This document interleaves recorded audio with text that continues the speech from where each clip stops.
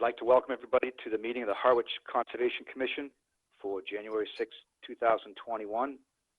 The meeting is being conducted by remote participation, and I need to first read a notice from the Governor's Office on remote participation for public meetings.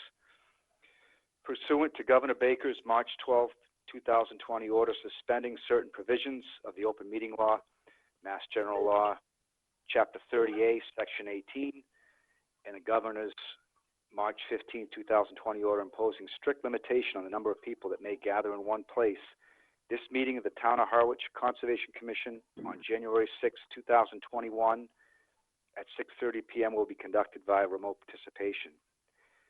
Specific information and the general guidelines for remote participation by members of the public and or parties with a right and or requirement to attend this meeting can be found on the Town of Harwich website at www.harwich-ma.gov. For this meeting, members of the public who wish to watch the meeting may do so via recording on demand on the Harwich 18 website or on our Town of Harwich YouTube page. So thank you all for attending. I hope everybody's well. I think we can start the agenda. The first item is a presentation and possible vote on a request for a letter of support for a water bottle filling station at Hinckley's Pond. Do we have a representative here tonight to make that presentation? If you're on the phone, in order to talk, you need to hit *6. Hi, Amy. I'm here to talk on the subject. Hi, Dan. Dan's our water superintendent. I didn't know if Patrick was also present. Yeah, I believe he was planning on calling in. Not sure if he's on the line, but I can give the background here. So sure. This request was born out of a CPC article or application that went in this fall for money to install water bottle filling stations throughout town. Initially, when we had put the CPC article together, we had planned on putting a station on the bike trail by the Headwaters Drive parking lot. Unfortunately, the town doesn't actually own that land, so in search for another property that is town owned that we could put a station on, we landed at the Hinckley's Pond landside area across from the general store. So what we're really looking for right now is to see if the commission would be interested in supporting a filling station at that location. I would like to note, though, that because of scheduling issues with one of the other locations with the Historic Commission meeting, we are going to be pulling the application from this year's round of CPC funding. However, we're going to continue pursuing the project. There may be a private donor, or we could be, again, submitting for next year's CPC. So I'd be open to any questions. All right, thank you. Amy, do you have any summary comments for us on this? Sure. So this is the little triangle of property that the town owns just across the street from the old Pleasant Lake General Store on 124. It's currently paved. And there's boulders in front of it, so people can't park there. It is the topic of, it has CPC funding for improvement of that location with conservation and another board approval to allow potentially for a little bit of more passive recreational use and access to the pond. But regardless of that, I think this can stand alone as a water bottle filling station on the bike trail.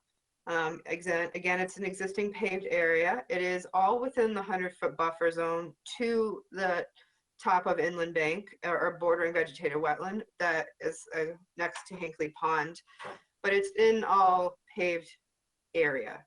So regardless of the plan that the town has for development of that little area, this could be done when the time comes administratively for approval if you saw fit. Again, no additional disturbance to the area. And I would recommend your support of it. I think it's a good location. Thanks, Amy. I agree. So I guess the question is, we're waiting on the way that this would be approved, whether it would be administratively through you or whether it would be part of a larger project down the road. So tonight is just to vote in support of the project. Is that correct? Yeah, if the private funding comes sooner rather than later, it can be done administratively with an administrative review application that I review and approve. And if the timing is right, it can be part of the greater project for that area. The reason it came in front of you tonight is originally part of a CPC application. They have to get their respective boards and committees essentially to sign off and hopefully give support for that. So we didn't know until recently that unfortunately it's not going to go in front for CPC this year. I thought it was still kind of worthwhile to talk to you about it tonight. Okay. All right, let's see if the commissioners have any thoughts or comments. I'll start with Stan. I don't have any comments, Brad. I'm in favor of it. Okay. Jim, you're next. Yeah, I'm supportive of this. I think it's a good idea. Okay, thanks, Jim. Carolyn? Oh, you're still muted, Carolyn. I'm in favor. It just depends, we just have to figure out how we do it. All right, thanks. John? Yeah, I support this. I'm sorry to hear that it's not going forward at CPC this year, but I would be in favor of voting to support it. Ernie? Yeah, I'm also in favor of it. One comment for you, Dan. Looking at your numbers here, you've got 57,000 total refills. It comes out to about, I don't know, about 7,000 gallons of water. Is that right, that it only costs you $18 for 7,000 gallons? Believe it or not, it is. It's only $1.29 per 1,000 gallons. I believe what you're looking at was actually prepared by the original CPC applicant. So I haven't checked the math, but yeah, so we're at $1.29 per 1,000. Okay, all right. I just want to, raise that if you're moving this forward to make sure the math is right on it for other audiences. Oh yeah. But yeah, looks good. Thanks. All right, thanks, Ernie. Mark, are you on? And I would be in support of this as well. Okay. I'm going to go ahead and make a motion that the Conservation Commission writes a letter of support for the water bottle filling station at Hinckley's Pond. Could I have a second, please? I'll second. Okay. All those in favor say aye. All those opposed say nay. And by roll call, we'll start with Stan. Aye. Okay. Jim? Aye. Carolyn? Aye. John? Aye. Ernie? Aye. Mark? Aye. And myself, Brad Chase, aye. The motion passes unanimously. Looking forward to seeing this happen. Thank you. Thank you, myself as well. Okay. Next on the agenda, we have a request for an amended order of conditions for the Witchmere Beach Club at 23 Snowen Road, Map 8, Parcel P2, site modifications. Do we have a representative here tonight? Yes, Mr. Chairman, this is David McNevich with Coastal Engineering Company. Joined this evening by Mike Charlotte and Bill Gantrip from Witchmere Beach Club, Andrew Singer and Tom Mulcahy and Dave Hawk from Hawk Design. When we met in December, the commission had a few items that they would like to have follow up on. And one of them was, there was some discussion about the mitigation planting that had been done for the so-called Tiki Bar project. And subsequent to that meeting, I know I reviewed the order of conditions, and I'm sure that Amy and Bill did as well. And what the order of conditions said was that for the first year, there was going to be no planting. The area was to be left to be allowed to hopefully naturalize on its own, or at least the start of it. And so that was for 2020. And so now subsequently, I know that Amy and Bill met out at the site, And Coastal Engineering has also staked out the 2 mitigation areas, and that has also now been symbolically roped off. So those areas are well delineated, and I understand that there was discussion between Amy and Bill about planting some beech grass in those areas. So I wasn't at that meeting, but that's the information I have, and Amy can comment on that if she'd like. The other item had to do with the proposed planting plan that was presented at the last meeting. And again, the commissioners noted and had some questions and comments about there were fewer native plants and more privet hedge than what had previously been approved. And Tom Mulcahy from Hawk Design said he would go back and look at revising the plan to get that restored at least back to the, reduce the number of privet to what had been approved back in August, September, and then also discuss that with Amy and make sure that the planting plan that was being proposed was going to be satisfactory, certainly to Amy and hopefully to the commission. So I understand that plan has been submitted, and I would sort of turn it over to Tom if he would like to add any comments and present the plan.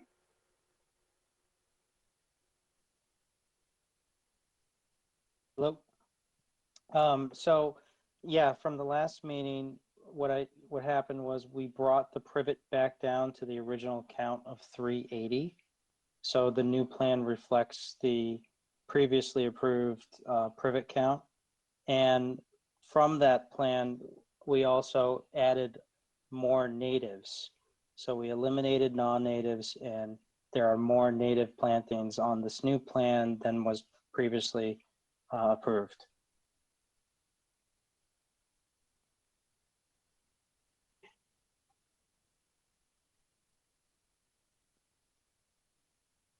Mr. Chair, would you like me to comment? Yeah, sorry, Amy, I was muted. Yeah, please. No, you're fine. I just want to make sure that the applicants are all set, ready for me to chat. First, speaking to the mitigation for the tiki bar, since we brought that up, I did meet Bill Ganchert, who's the property manager for the Witchmere. I believe he's online here. The Witchmere hadn't been doing anything for the past year anyways, so there was a couple, kind of American beach grass did not recolonize those areas really at all, and we were hoping. It did to the western part that abuts the town's Myrtle Beach that has more dunes, but on the east end there really wasn't much beach grass to spread. So Bill at that time had said he was going to have Coastal come back out and stake that area, the symbolic fencing, for symbolic fencing. And I take it that that has been done. So, and Bill and I went over the specs for planting of beach grass in those areas, since there, especially on the east side, closer to the jetty, since there is none, it would be your typical 2 to 3 combs per hole, 12-inch on center in a diamond pattern in that area. Potentially a little bit less on the west side where we did get some beach grass starting to grow, but they will do that this winter. That's the time to plant beach grass. So that's coming along. And then in regards to what you definitely have in front of you tonight, the changes to the beach club, as David and Tom said, the primary concerns from the commission, it seemed to me last time, were the plantings, and that privet, while we don't have it, it's not a state listed invasive, it can be aggressive, and it's not a native. So the commission wanted to get that number down. I had suggested that at minimum going to the amount that was permitted prior, keeping in mind that there's privet on the site right now, number that was permitted prior was 380 plants. They have brought that number down to that. I apologize, this is not in your paper packets. This is just in the Dropbox. Tom and I had gone back and forth with a couple of plan ideas, and then the holidays happened and I was on break, so we don't have paper copies for you. But the numbers for the privet match what was previously approved, and the number of native plants did increase from what you previously approved. So those were mostly my concerns. We talked about a little bit of hardscape stuff last meeting. I'm not going to reiterate that here, but if people have questions of me, or I'm sure of the applicants, yeah, I'll leave it at that. But at this point, I would recommend approval of the site modifications for the Witchmere Beach Club. Thank you, Amy. All right, we'll go through comments and questions from the commissioners, starting with Stan. I don't really have anything other than what Amy's mentioned, although I do have a question. If this beach grass doesn't work in the long run, what do we do? If it keeps failing and doesn't, grow there? That we'll have to reevaluate what might. I mean, a chance that has the best chance of survival is American beach grass there. There are ways that if it's too windy and exposed to establish, to protect it a little bit, but we can always cross that bridge when it comes. I think beach grass has the best chance of survival of anything out there. So. Okay, thanks, Amy. Thanks, Stan. Jim, you're up. Has the symbolic fencing already been installed?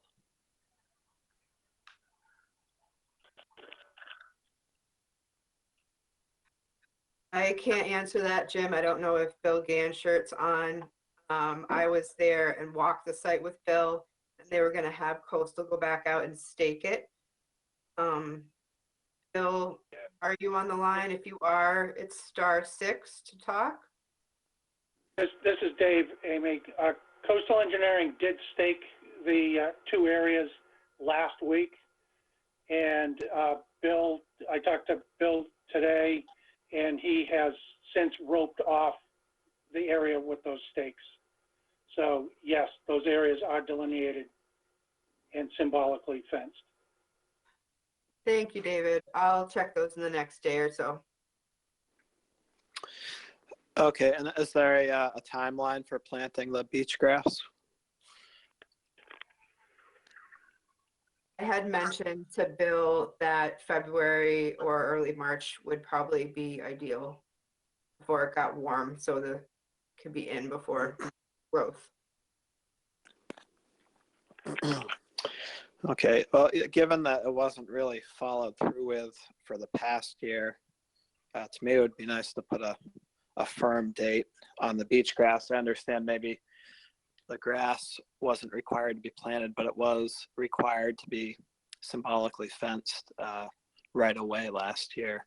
Mm-hmm. So I'm concerned about the follow through on it.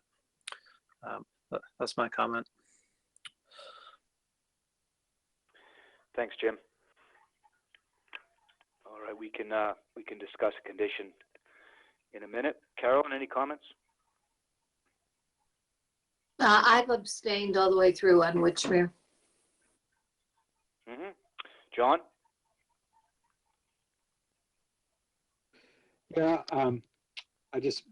my comment is that the planting plan looks better than it did last time. The ornamental roses are gone, and the plants look to me, in my inexpert opinion, to be less heavy feeders than what was on there before. But I just reiterate that there is no application of chemical or any kind of fertilizer or any kind of pesticide will be allowed. I believe it's part of the existing order of conditions, but I think it warrants reiteration That's all I have. Thanks, John. Ernie?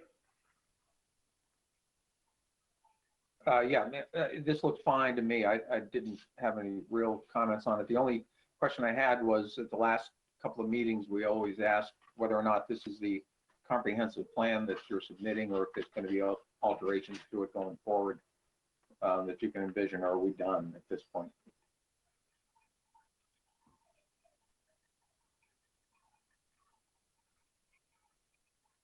Any response on that from the proponent?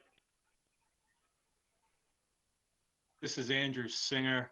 I can just respond to Mr. Crabtree on that, for this permitting round for redoing the Beach Club, these are the last changes that are proposed, and that the construction is to take place. It has started and is to continue and be completed next year for the Beach Club. No one knows what the future may hold, but for this redevelopment, this is it. Okay, Thank thanks, you for that, Andy. Mr. Singer. All set, Ernie? Okay, Mark? I have no comments, thank you. Okay, so I think the one item to maybe toss around is Jim's idea of having what sounds to be a deadline for plantings. Is that practical? Is that acceptable? What do you think, Amy? It is it's a different order of conditions that's under, that's not advertised for tonight. I can certainly put it on for, I mean, they've been, proactive the past couple weeks and having me out there, and I can give the commission in the next meeting or two a progress update there about, when they're going to be planting. And if for some reason that doesn't happen in a timely fashion this winter, then we can discuss like a deadline. But I think even though it's the same property, it's a completely different permit that resulted from a violation. And I don't think it should be on this permit. All right, thanks for that clarification. If I might just add to that, just for the record, Amy stated tonight that planting February or early March is the time frame. The applicant and all the representatives are here, and so certainly we will troubleshoot to make sure that if that's the ideal time to be planting, that they go in by that time. And then Bill can follow up again with Amy. Thank you. All right, thank you.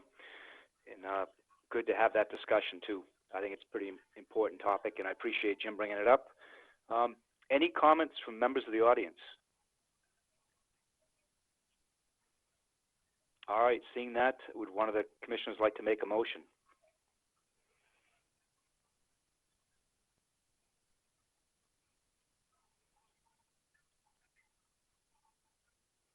I'll make a motion. We move the amended order of conditions for Winchburg Beach Club at 23 Snowing Road. Can I have a second, please? I'll second that, Brad. Stan. Okay, seconded by Stan. So we'll go through a roll call. All those in favor say aye. Opposed, nay. Starting with Stan. Aye.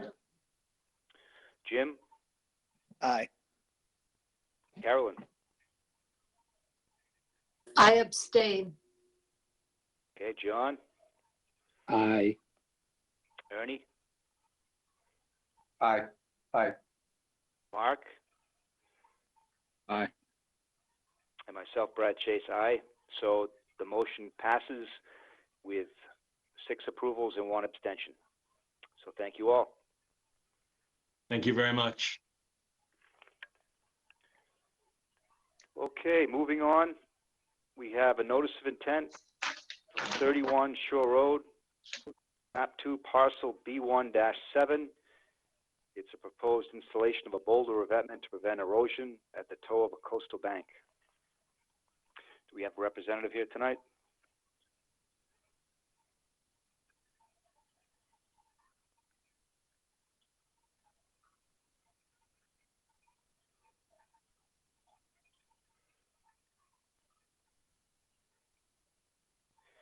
Do you see anyone here, Amy? I don't, but I'll just reiterate, for some reason, if you're on the phone, you have to hit *6 in order to unmute yourself. I'll check my emails really quickly. Okay. Do you want to go ahead and announce the next one, which will be continued, and we can check in? Yeah, that's fine. We can always too, if they, for some reason at that time, they're not on, we can kind of hold them till the end of the meeting. Okay. Because I mean, maybe they had a hearing with a different commission in a different town, they're just running late or something, so. Right. Okay. Okay, we can come back to that one. Okay, I'll announce the notice of intent for 28 Wawa Tacey Road, map 6, parcel F1-12. It's proposed elevated walkway and landing. This was actually continued until January 20th, 2021. Do we have to have a motion on this, Amy? I think we already continued it, right? So you don't need an action, but since it was on the agenda, it's good that you announced it and then stated that it was already continued to January 20th. It was a mistake that we put it on this agenda, so no action at all is needed. All right. All right, one last call to see if anybody's here for 31 Shore Road. All right, we can always come back tonight to that. So next on the agenda, we have 18 Captain Todd Way, map 103, parcel W1-21, proposal for a new dwelling. We have a representative here tonight.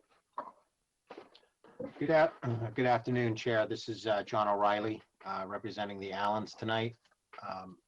Brianna and Mark Allen are also on the call and be ready to answer any questions the commission may have that I cannot answer. The proposal in front of you tonight is the Allens are in the process of doing their due diligence with regards to purchasing Captain Todd Road. And part of their purchase and sale is to hopefully receive an order of conditions for the construction of the single-family home at the property, as well as a seasonal dock, which we'll get to at the next hearing. The lot is vacant, as you can see if you've been to the site. The area of the lot is a little over 40,000 square feet per the land court plan. And it is a sloping lot, as the topography shows.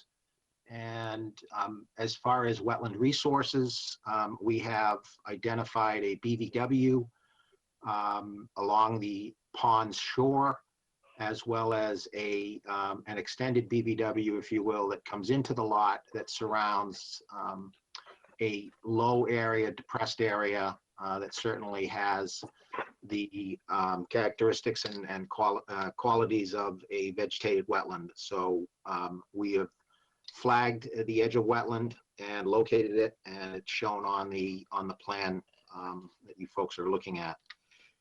The plan was revised recently, back in December 29 of last year. Amy had asked for some coverage calculations within the buffer zone, which I did add.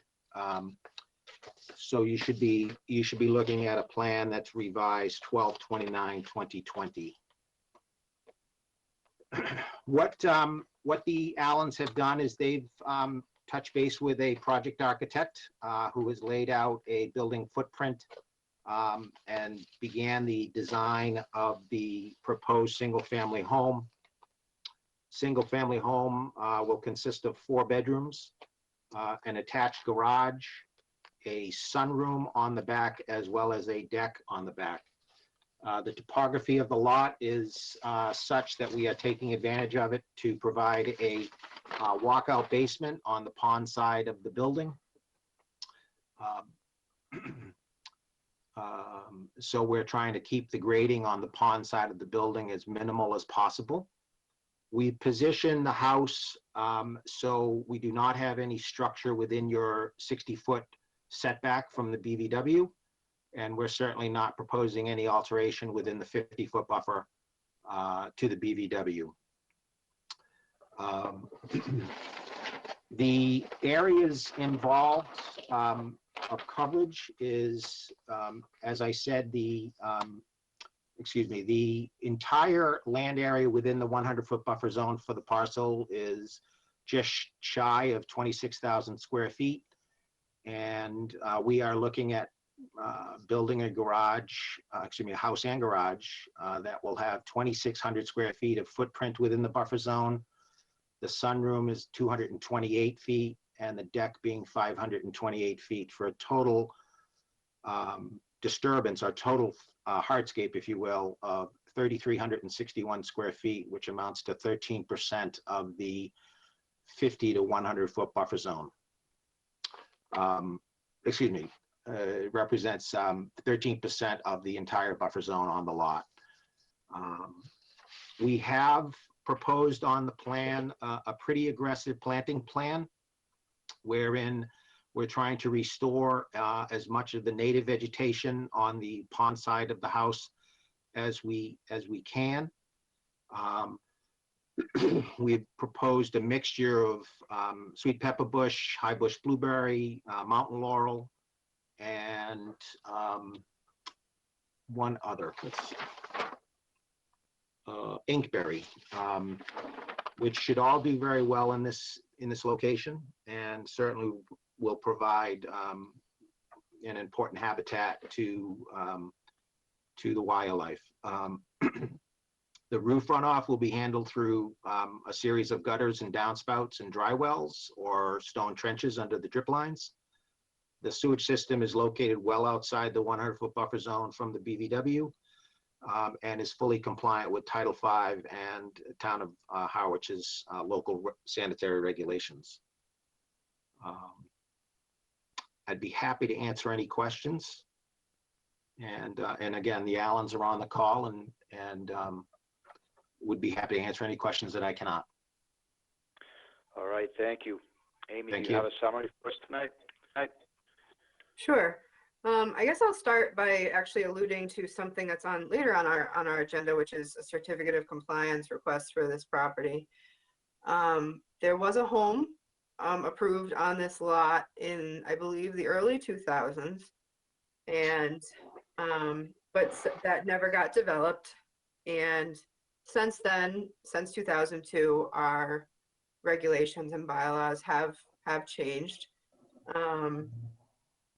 You know, and then we did have a 50-foot no disturb zone, and the house adhered to that. We didn't have quite as much, you know, language about mitigation and things. And so I think this project meets some of our regulations in that it does keep outside 60 feet of the resource area. We went down to the site today. It's a pretty cool lot, topography wise and vegetation wise. It's there's a lot of native vegetation there. Sometimes on these vacant lots, you see some invasives starting to really take over, and you really don't see that here. There's a lot of nice, really native vegetation, and keeping as much of that as possible and replanting, as you're showing, with natives that are already on the site, so you know they do well. As well as a couple others that will also do well is key. One of our requirements, I'm bringing this up, I know it's going to come up from the commission, in 2018 is mitigation for disturbance within the 50 to 100-foot buffer zone. And on a vacant lot that's in a good condition vegetation wise, like this one, that can be a difficult thing to talk about, or a difficult thing to accomplish. So minimization is kind of the next step, is to minimize disturbance there. So I'm just curious, I'm sure the commission will speak with it as well. Is there any way to move certain things a little bit farther outside the buffer zone? I do see that the front of the house at its closest point is the 25.6. feet from the road, which is a building code requirement. But is there the opportunity to, you know, this is our next step here. Is there the opportunity to move a few things? Could the garage move up? Could things change position a little bit to decrease the disturbance? You don't have to answer those questions for me now or anything. I'm just kind of setting the stage for the rest of the discussion. But trying to think if I had any other questions for you. Oh, we did receive a, just to make it known for the record, an email from a neighbor. Just they wanted a copy of the plans. I gave them a copy of the plans electronically. They seem satisfied. They just want to make sure there's obviously vegetation between the properties and as well as with the dock, which we'll talk about too. So it, you know, the house is centered on this property and it looks like you wouldn't be touching anything outside the limit of work anyways. So, but I wanted to mention that came in, that comment. And I'll leave it at that, Mr. Chair. Thank you, Amy. And can you remind us of the status of our interest in having an in lieu fee program that could receive funds for locations where mitigation was difficult? Is that something that could come into play, or is that just too far off in the distance? Not for this, well, hopefully town meeting. And I know it's pushing it, and I know we have a busy agenda next meeting, but I'm going to put it on our agenda for next meeting for a public hearing on that bylaw change, because we keep hitting into that discussion and I think we need to get it on the table. So for the applicant, what the chairman is alluding to is in situations where on-site mitigation really isn't possible, some towns have the option for what's called an in lieu fee, where funds are provided to improve other wetland resources that are degraded in the town. But we have to set up that mechanism. And that wouldn't be, it would be very lot specific. Obviously, if your project was found to have a negative impact just on its own merit, then, you know, that wouldn't be, you wouldn't be allowed to use that mechanism. But if it was found that your project's not going to have an impact, but you just can't meet the mitigation requirement, then you could be. But that's probably not till May town meeting, which would go into effect in July. So it does have, so it's timeliness with this application isn't ideal. If you were to look at that, Mr. Chairman. Thanks, Amy. Just that was a good reminder where we are with that. I'll go on to comments from the commissioners. Stan? At this point, I'll like to hear from the rest of the commissioners, because again, we have this issue with the inability to provide mitigation, even if we reduce the area by making changes, we still have some issue to some extent here. So I don't know. All right, Stan, we'll come back to you. Jim?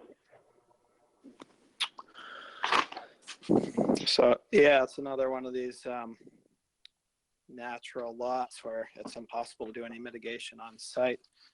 One opportunity you can easily see on this lot is it looks like you could actually site a home entirely outside of the 100-foot buffer zone. I just sketched in, it looks like a 40 by 40 on the southeastern corner, which is a decent sized home. This is a very large home on the plant's 120 feet from east to west, and this lot looks like it can support a home without even getting in the 100-foot buffer zone. So that would appear to be the answer here, unless there's some way to fully mitigate with some sort of off-site project. Those are my comments. Thank you, Jim. Okay, Carolyn. I kind of agree with Jim. I'm concerned that there's a lot of the whole dwelling practically is in the 50 to the 60 to 100. And I'd like to see some of that get out of there if possible. All right, thanks, Carolyn. John? I agree with the previously expressed concerns. I guess my question is, you're showing the limit of work within the 100, and presumably anything outside the limit of work within the 100 will remain completely undisturbed.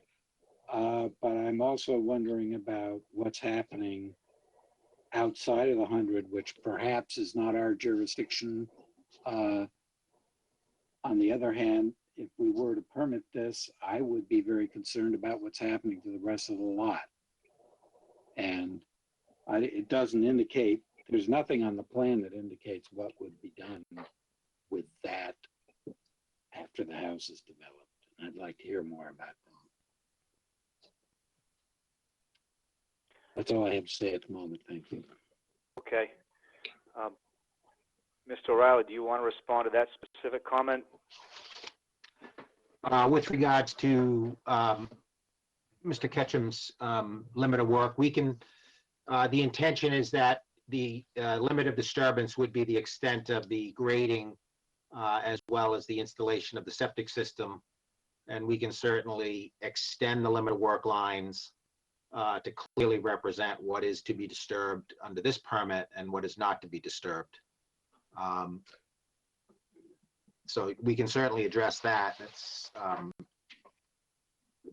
pretty straightforward that we could extend the limit of work lines out to encompass the entire disturbed area, well beyond the 100-foot buffer zone.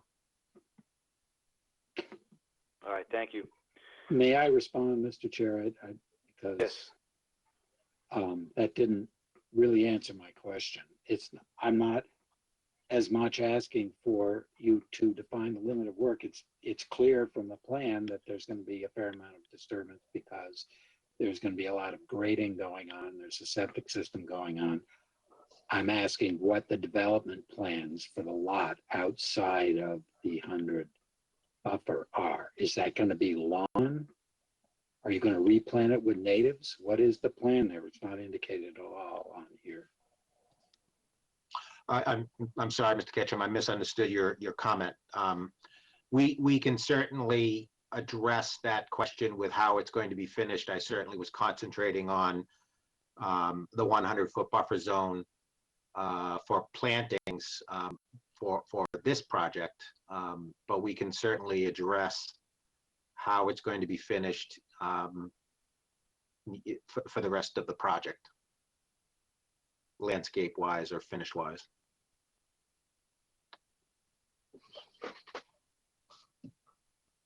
Thank you. Thank you. All right, Ernie, you're up. Yeah, a couple questions. So, John, looking at your coverage notes, you listed the house and garage, sunroom, and deck. Does that also include the section of the driveway that's in the 50 to 100, as well as the walkways? There's an item called an SH behind the garage, which I'm not sure what that is. And there's stairs off of the deck. Are those all included in the coverage calculations you've listed? I believe the deck is all inclusive. I don't know. I'll have to verify those numbers. Since I didn't list the driveway, that number might not be reflected in the table, but I can check that. Okay. Another comment, just for the Allen's benefit too, is the area that's between the house and the pond, obviously in the summertime is going to be grown in. You have a lot of mature trees in there and everything else, and you will be restricted from doing any sort of vista pruning in there to enhance your view of the pond or anything like that, which I think there are other properties next to you, adjacent to you, that do have nice views of the pond, but in this particular lot, it probably won't happen. Just so you're aware of that from your as you ponder your purchase decisions. And then the other, to speak to John's comment too, about that area outside the 100, it would seem to me, from my perspective anyhow, that, you know, where there is an inability to really do any mitigation on this lot, that the more natural that area is left, I think the better we would view the changes that are being made to the lot. As far as, you know, absence of lawn, fertilized areas and that sort of a thing. So just something to bear in mind as you move forward with this. That's it. Thanks, Ernie. Mark? I have nothing to add at this moment. Thank you. All right, thanks. I have no specific comments. I think we've kind of hit the heart of this type of a development, and really we would all like to be able to mitigate, and we wish we had that in lieu fee program up and running, but in this case I think we just have to find ways to reduce the impact and discuss the variance for relaxing the mitigation requirement. Stan, do you want me to come back to you? No, I have nothing else to add at this point. Okay. So I guess the general, Carolyn's got, yep, go ahead, Carol. I agree with whichever commissioner commented that I like the dimensions of the path that is within the 50 and 100 to be included in your numbers. And I was wondering what the composition of that path is. The idea would be just an earthen path, you know, just whether it be grass or dirt. We're not proposing any hardscape features, patio steps or anything like that at this point. Well, that's my next question at this point, because when we were out there today and went down the existing path, it is fairly steep. So I'm guessing you're going to want to come back to us at some point with improvements in the path. If you have that in mind, I'd rather see that all included now, since the next project we're discussing is a proposed dock at the end of that path. Sure. We can, you know, I do have a note on there, the existing pathway. You know, of course, it's been created over the years of people walking through the property. It may have been created by the current owner. I don't really know, but we would be looking to utilize that path to gain access to the shoreline. I have walked the path several times. I think with just some simple maintenance of trimming the area back to maintain that 3-foot clearance of pathway, that's all we'd be asking for at this point in time. And I'm not anticipating coming back to you with another filing for, you know, the pathway improvements. I don't see, unless the commission would like to see some improvements to that pathway, I don't see any reason other than just maintaining its location as to what we'd be trying to do to the path. Okay. Yeah, it's not, I mean, though it's steep, I didn't notice any erosion or anything like that due to heavy rainfalls or things like that. There's like kind of a mulchy organic layer there that keeps things fairly stable, so. Yeah, I would agree. I would agree with that. I can certainly update the numbers or check the numbers to make sure the path was included. I'd be surprised if it's not, but I can certainly verify that for the other gentleman that spoke about it. If the commission has no more comments, I'm going to pose a question because I think the Allens need to understand this in their decision processes. You know, several commission members noted moving the house completely outside the 100-foot buffer zone. Is that the flavor of the commission, that they're not looking for any disturbance within the buffer zone, if at all? So if and why I'm saying that, and I'm not trying to be adversarial, believe me, why I'm saying that is you know, if we have a majority of the commission members saying that only disturb outside the 100-foot buffer zone, you know, we're talking a drastically different project and a drastically different value of the property. And I know that's not your purview. I don't mean to imply it is. So I think I'd like to know if we have a majority of the commission members saying that no work within the buffer zone should take place. Yeah, I can't tell you if we have a majority or not, and I'm going to offer you some thoughts and then ask Amy to follow up on this. But I think you have a situation where you've got a mitigation requirement, and it would take a variance to relax that mitigation requirement completely. And so I think folks are looking for some reduction in the footprint in the 50-100. And so that I can't speak how everyone feels about having everything out of it, but for me, you know, it's a variance that's not taken lightly by the commission. And so, you know, what can be done to reduce the impacts in that 50-100 zone? And it looks like it's the footprint of the building in that zone or something out of the box. And that's, I just keep trying to think about these cases as to what could be done. And those are really the two options that I see. Any further thoughts along those lines, Amy?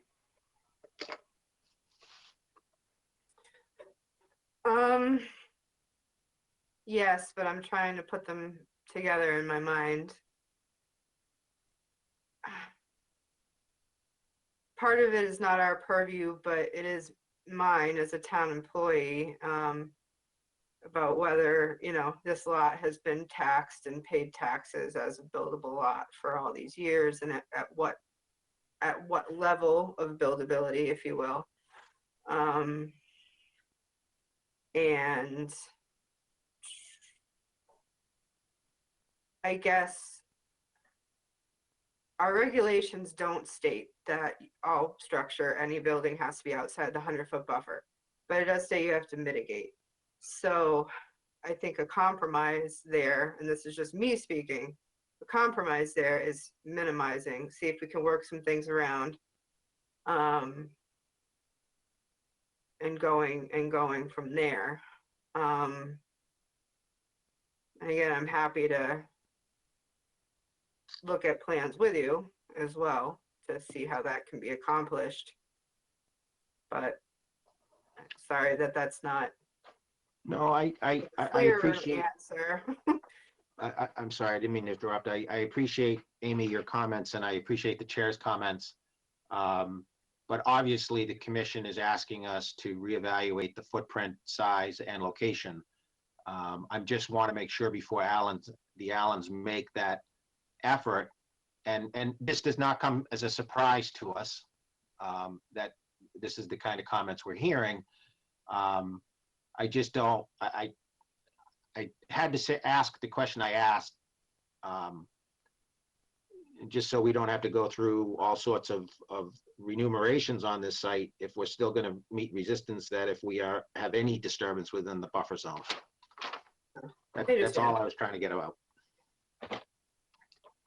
I think that's a fair question, and I know for myself, it's not so much a performance standard question on impacts to the 50-100. It's more just the amount and relaxing the mitigation requirement with nothing in exchange. So there's not an easy solution to this. So, but I think, you know, if you can discuss it with your clients, and maybe there is something that can come back to us in terms of reduction. And I'll ask the commissioners to think hard about is there anything else that we could do that would make sense? You know, any form of mitigation. And we have looked at this a couple of times, a few other places, but something might come up. So I would encourage that. Brad, just a comment. It seems to me that one of the things that we're struggling with here, although it's not really that obvious, is timing of this. You know, we talked earlier about potentially going to town meeting and asking for the ability to do mitigation in kind after that meeting or have it approved. So in, you know, another 5 months or so, if that were approved, then, you know, this lot suddenly becomes eminently developable, I think, within that footprint. Right now, it's difficult for us. So I don't know where the seller is with respect to, his urgency to unload this, or your urgency to buy it and get the building started and that sort of a thing. But come May, a lot of these decisions, I hopefully would be addressed by that ability. Thanks, Ernie. I agree, Mr. Crabtree. Timing is everything, as they say. I don't know what that will be one of the discussions I'll have with the Allens, and who will in turn have that with the owner, as part of our due diligence to evaluate the footprint and take all your comments under consideration. The one item I do want to bring up is the Allens and I, when we first met, when we walked the site, Mr. Crabtree, you're absolutely right. It's a very thick vegetated lot, very dense natural vegetation between the 50 and the edge of the wetland, and additionally, we did talk about vista pruning, because obviously they are not going to have the same advantage of other houses that are on the pond that have lawns and beaches right to the pond, and that's just the nature of when those houses were built. But obviously, once the house, if the house is permitted, or some sort of the house is permitted, my approach with the Allens was to address the vista pruning once you actually had the frame of the house up, the deck on the building, so you know where your vistas can be put and be most effective to those folks in the house. So we talked about the pathway, and is a second filing coming along or something like that. We will be coming back, if successful, with a home being permitted on this lot, and coming back and looking to provide some vistas from the decking or window or the sunroom. But I like to try to do that while you have the frame and structure up, so you know exactly where your vistas need to be. So I just wanted to comment on that, that, if successful, we would be coming back at some point and looking to provide some vistas to the pond. That's fine, John. I just wanted to raise that as an issue. And it sounds like you've already considered it, which I appreciate, with no guarantees that it would be permitted. That's very fair. I appreciate that. You would just have to, I would just encourage you and the applicants, and John, you know them well, to look at our regulations for vista pruning, which do talk about not topping and doing limbing up and creating corridors, and not 180-degree panoramic views. So if you're successful here, and when you're contemplating that, just become familiar with those regulations. I have alerted the Allens that they will not have the 180-degree view that everyone enjoys on that pond. Some people enjoy on that pond. Okay, at this point, I'll ask if there's any comments from members of the audience.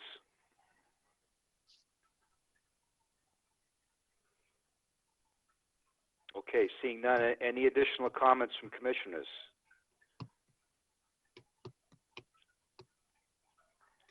Okay, what's your preference for a continuance? Would you like to talk it over and come back in 2 weeks, or what are your thoughts on that? We'd like to go 2 weeks, and if we need extra time, I would work through staff to seek an extension on top of that, but 2 weeks would be good for us at this point. Okay. So the commission, so Mr. Chair, the 20th is a very full agenda. Okay. Not saying that we can't add it, because there's nothing saying that. So that meeting would be January 20th is the next meeting. The meeting after that would be February 3rd, and there's nothing saying that February 3rd is going to be any easier. So we just haven't had that deadline yet, but we have a couple docs not freshwater docks, but other docks on the 20th. And Amy, what's our obligation for getting things approved to move on to town meeting? Is there a date in February? I don't know, but I would say by February 3rd, which is our first meeting in February, we need to have that ready to go so I can give it the bylaw language. And we're not just talking about bylaw language for this mitigation. We're also working on other bylaw changes for particularly docks and piers. So I think it will come up the next meeting for that as well. So, well, I don't mind continuing to the 20th and then, seeing how things go. And that gives the proponent an option. So I'll move that we continue the hearing for 18 Captain Todd Way, map 103, parcel W1-21 for new dwelling until January 20th, 2021. Have a second, please. I'll second. All right, seconded by Jim. All those in favor say aye through roll call, starting with Stan. Aye. Jim? Aye. Carolyn? Aye. John? Aye. Ernie? Aye. Mark? Aye. Myself, Brad Chase, aye. Okay, thank you for your time, and we'll see you on January 20th. We're not going anywhere just yet. That's right. Yep. Okay, next on the agenda we have intent for 18 Captain Todd Way, map 103, parcel W1-21, proposal for a seasonal dock. Thank you, Mr. Chair. John O'Reilly again. I don't know how far the commission wants to take this review because I did get a call from the harbor master the other day, and we actually have a meeting scheduled for next week to review the location of the dock, and I'm supposed to be meeting with the Waterways Commission on the 20th to review for their input and review of the dock. And I know you folks have a bylaw that you can't, I think it's you can't formally approve a dock without Waterways being having their input. So if the commission wants to wait until Waterways has a chance to provide their input, I do understand that. Although if the commission has any comments that we can incorporate when we talk to the Waterways Commission, that would be appreciated as well. So having said that, we are proposing a seasonal dock into the waters of Long Pond. We have laid the dock out so as it is in compliance with the dock regulations for freshwater docks. We extend just shy of 78 feet from the edge of the water. And at the end of the dock, we do have a 12-foot by 8-foot landing area, which is in compliance with your 100 square feet requirement within the dock regulations. It's a seasonal structure. It's going to be your typical aluminum prefabricated dock that comes out in sections. It would be installed in the spring, removed in the fall. Storage would be up by the house or outside the buffer zone, if you will.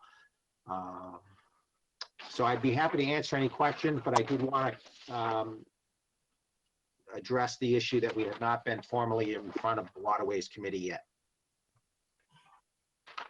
Okay, thank you. Amy, do you have a summary for the dock for us? Sure. I think, John, we just go through and see, any questions or comments. And I know my review is very positive for this one. And maybe I wouldn't say we can approve pending Waterways approval because that puts us at risk of not issuing something within 21 days of approval, potentially if Waterways had an issue with it. But I would say, let's get everything out in the clear now, and hopefully at the next meeting, what we could probably do, if you wanted to, is put you towards the end of the agenda, so you could go to waterways first, unless the commission did want written comments, then it would have to be February. I'm just saying I don't anticipate much in the way of negative comments from waterways. Typically pond docks are a little bit more straightforward than ocean docks. But that being said, John and I had a little bit of back and forth questions on this before I went on vacation. You have plenty of depth at the end of your structure. You did note that during a normal year, there might be, or right now, the water is 8 inches higher now than it was in the summertime. So there's quite a bit of variability in Long Pond. We require 2.5 feet at the end. Going deeper has benefits because a boat won't prop dredge the bottom, but the negative impact is just more structure out there. So if I was to make any change, I would state that potentially it might be able to be a little shorter. But it still meets our, it's at 78 feet, it meets our regulation. It's seasonal, it's going to be on big feet. You're going to store it, and this is important, not on the beach area or in the bordering vegetated wetland, but it will have to be stored up by the home. I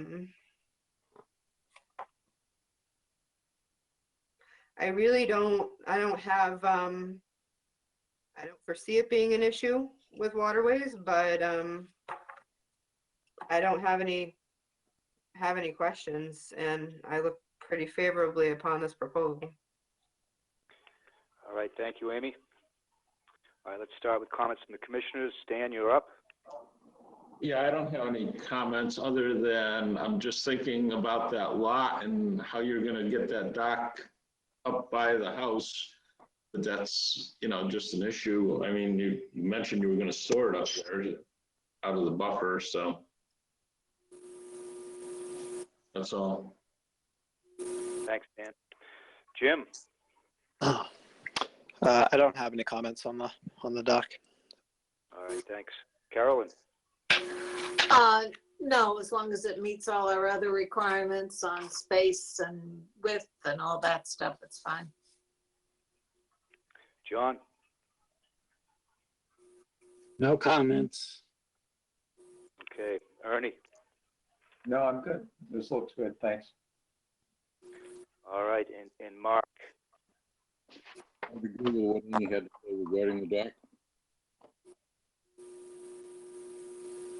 Okay, I guess my only comments are to confirm what I think are that this is fully a seasonal structure. No concerns with the dimensions in the water. Just wanted to make sure there would be no permanent structures on the beach or the associated bank. And it looks to me from the plans like that is the case, but I just wanted to ask that question. Yes, Mr. Chairman, that the structure is completely seasonal. Nothing permanent. Okay. All right. Any comments from members of the audience? None. I guess we're looking at a continuance until January 20th. That's up to you, Mr. Chair. Would you like to have something in writing from Waterways because they're meeting the same night, or would just a verbal confirmation pay for this one? We might not allow that like in Herring River, but so I think it would still have to be an email at the very least. I don't think verbal is really suitable. It's just question. Yeah. So it would be February 3rd because there's no way if they're meeting the same night as us that I'm going to get anything writing. I see. Let me think. What can we get an email up front? Can the harbor master and the natural resource director give you an email up front on their impressions? You can, but ultimately it's the committee. I mean, we can continue to the 20th, see what John says at the site visit with John next week. And, yeah, Let me ask the proponent, would that be really difficult for your process if the dock had to wait till the next meeting? The house is the big question. Yeah, I think the house is the more hot topic issue tonight. I having the conversation with John, the harbor master, the other day, he was questioning the need to go out to where we were proposing to go out. Not that he had an issue with it, but he just didn't, he wanted a further discussion on why. So we were hoping to address that. He wanted a buoy out by the end of the float, which I will set for him for our on-site. I'll also let staff, Amy, know, so members can go out and see it if they want to. It will be done by next Thursday. So I don't think it's an issue with having it continue directly to the 3rd. Although if the committee's willing, I would love to do it on the 20th, and I'll know pretty much on Thursday when talking, well, I'll have a much better idea on Thursday after my on-site with the harbor master if the dock might change configuration, which would then push us to the 3rd. Okay. Is it just safe to continue to the 20th and see how that conversation goes, or? If the committee is willing to continue us to the 20th, we'd rather have the 20th, then we could always continue it further if we need to. that's fine. Okay. Me, in my point of view. That's fine, and some commissioners may be fine with a verbal as well. You know, for all the discussion we've had with docs, I'm a little leery of not having that copy for the record. I suppose you could always get the response of what happened in the meeting and then have a follow-up documentation the next day. So let's continue to the 20th and we'll see what happens. So I move that we continue the notice of intent for 18 Captain Todd Way, map 103, parcel W1-21 on a seasonal dock until January 20th, 2021. I'll second. Seconded by Carolyn. All those in favor say aye, with a roll call starting with Stan. Aye. Jim. Aye. Carolyn. Aye. John. Aye. Ernie. Aye. Mark. Aye. And myself, Brad Chase, aye. Okay, motion carries, and we'll see you then. Great. Thank you very much for your time. Have a great night. Thank you. You as well. Mr. Chair, the next application, it's also a double for the same property.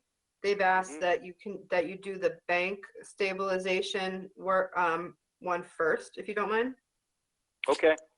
And we haven't heard from 31 Shore Road, right? I don't see anybody. Okay. Will we have to continue that if there are no show? How does that work? At this point, I haven't gotten any emails. I think at this point, you Amy? want, so just continue it. I think we should continue it just because of the discrepancy in the numbers of the column of the. Oh, sure, yeah. They might have had an issue. You want to just, while we're thinking of it, just continue that one, Mr. Chairman, to, I guess, the 20th. Oh, boy. Would love to put a bow on one of these. All right. Well, I'll move that we continue the notice of intent for 31 Shore Road, map 2, parcel B1-7, proposed installation of a boulder revetment to prevent erosion at the toe of the coastal bank until January 20th, 2021. Have a second, please? I'll second. Seconded by Carolyn. All those in favor say aye by roll call, starting with Stan.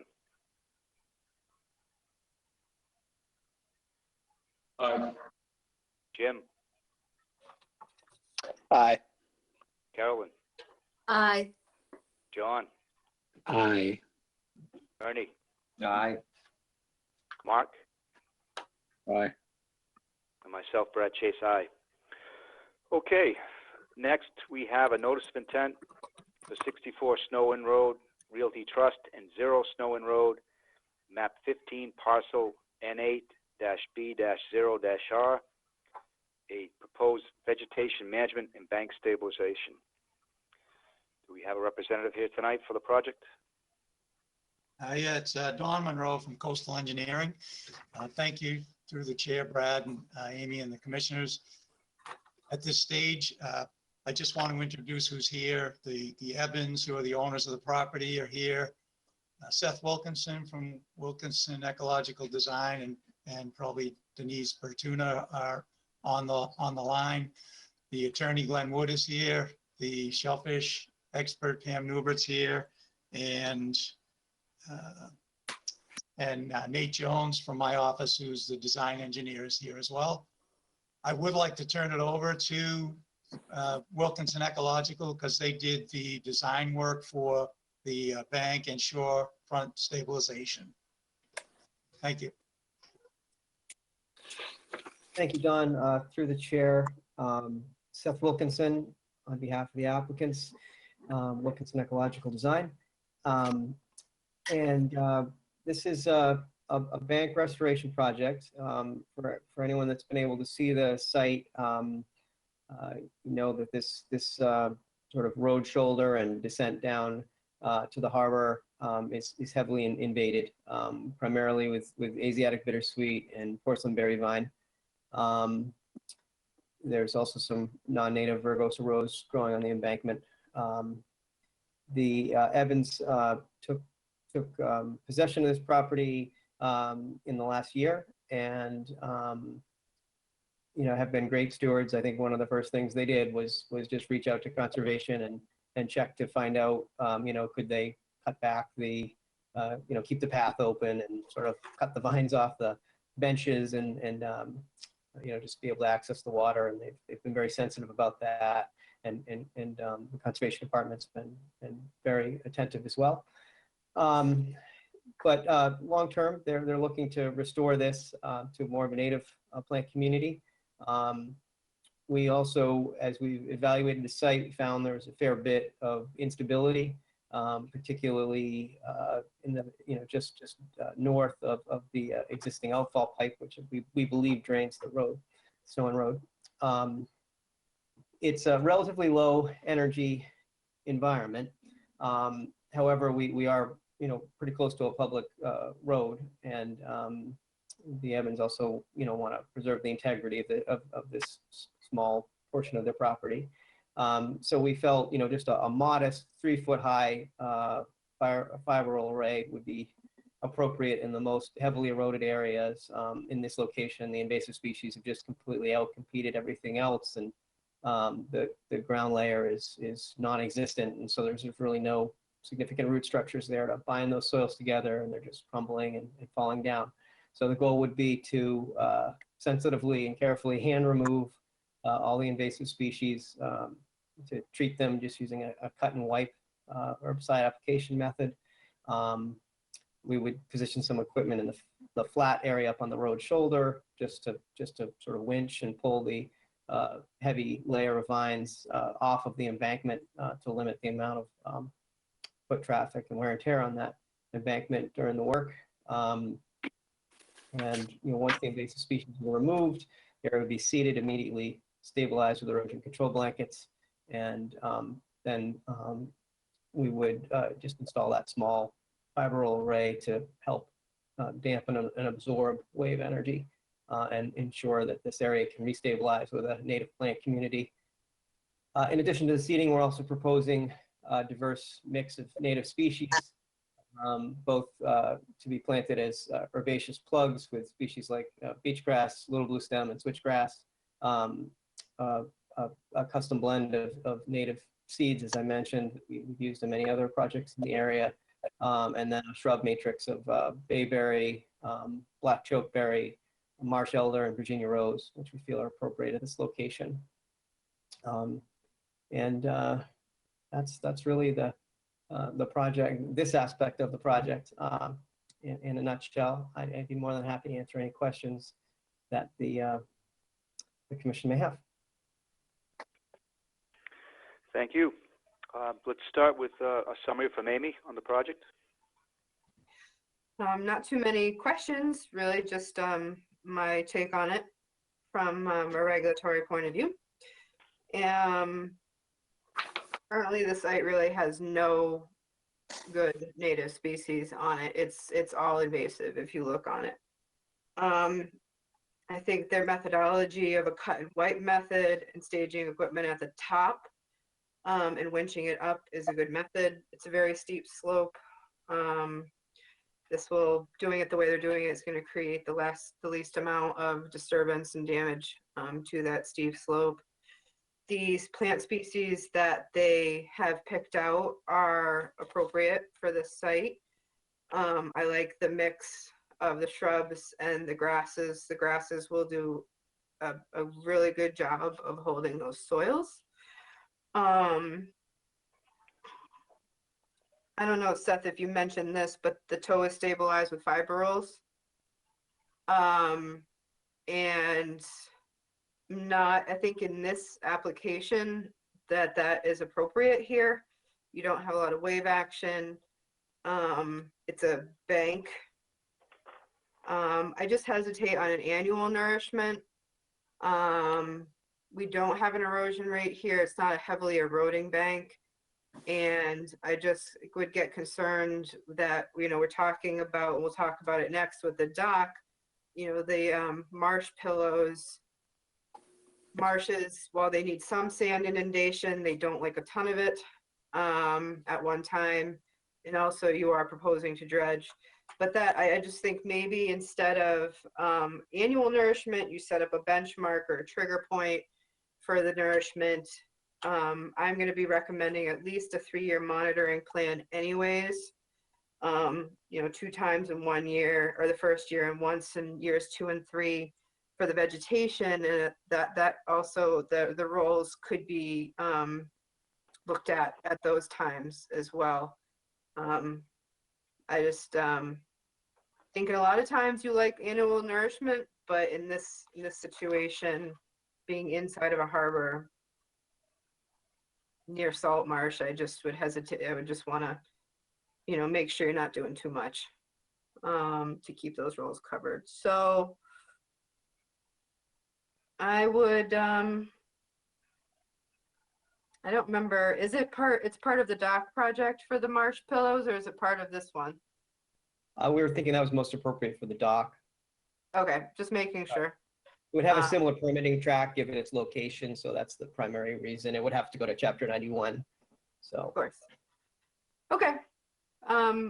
No, I really don't have any questions or comments other than that, Mr. Chairman. I would recommend approval with the conditions that I mentioned.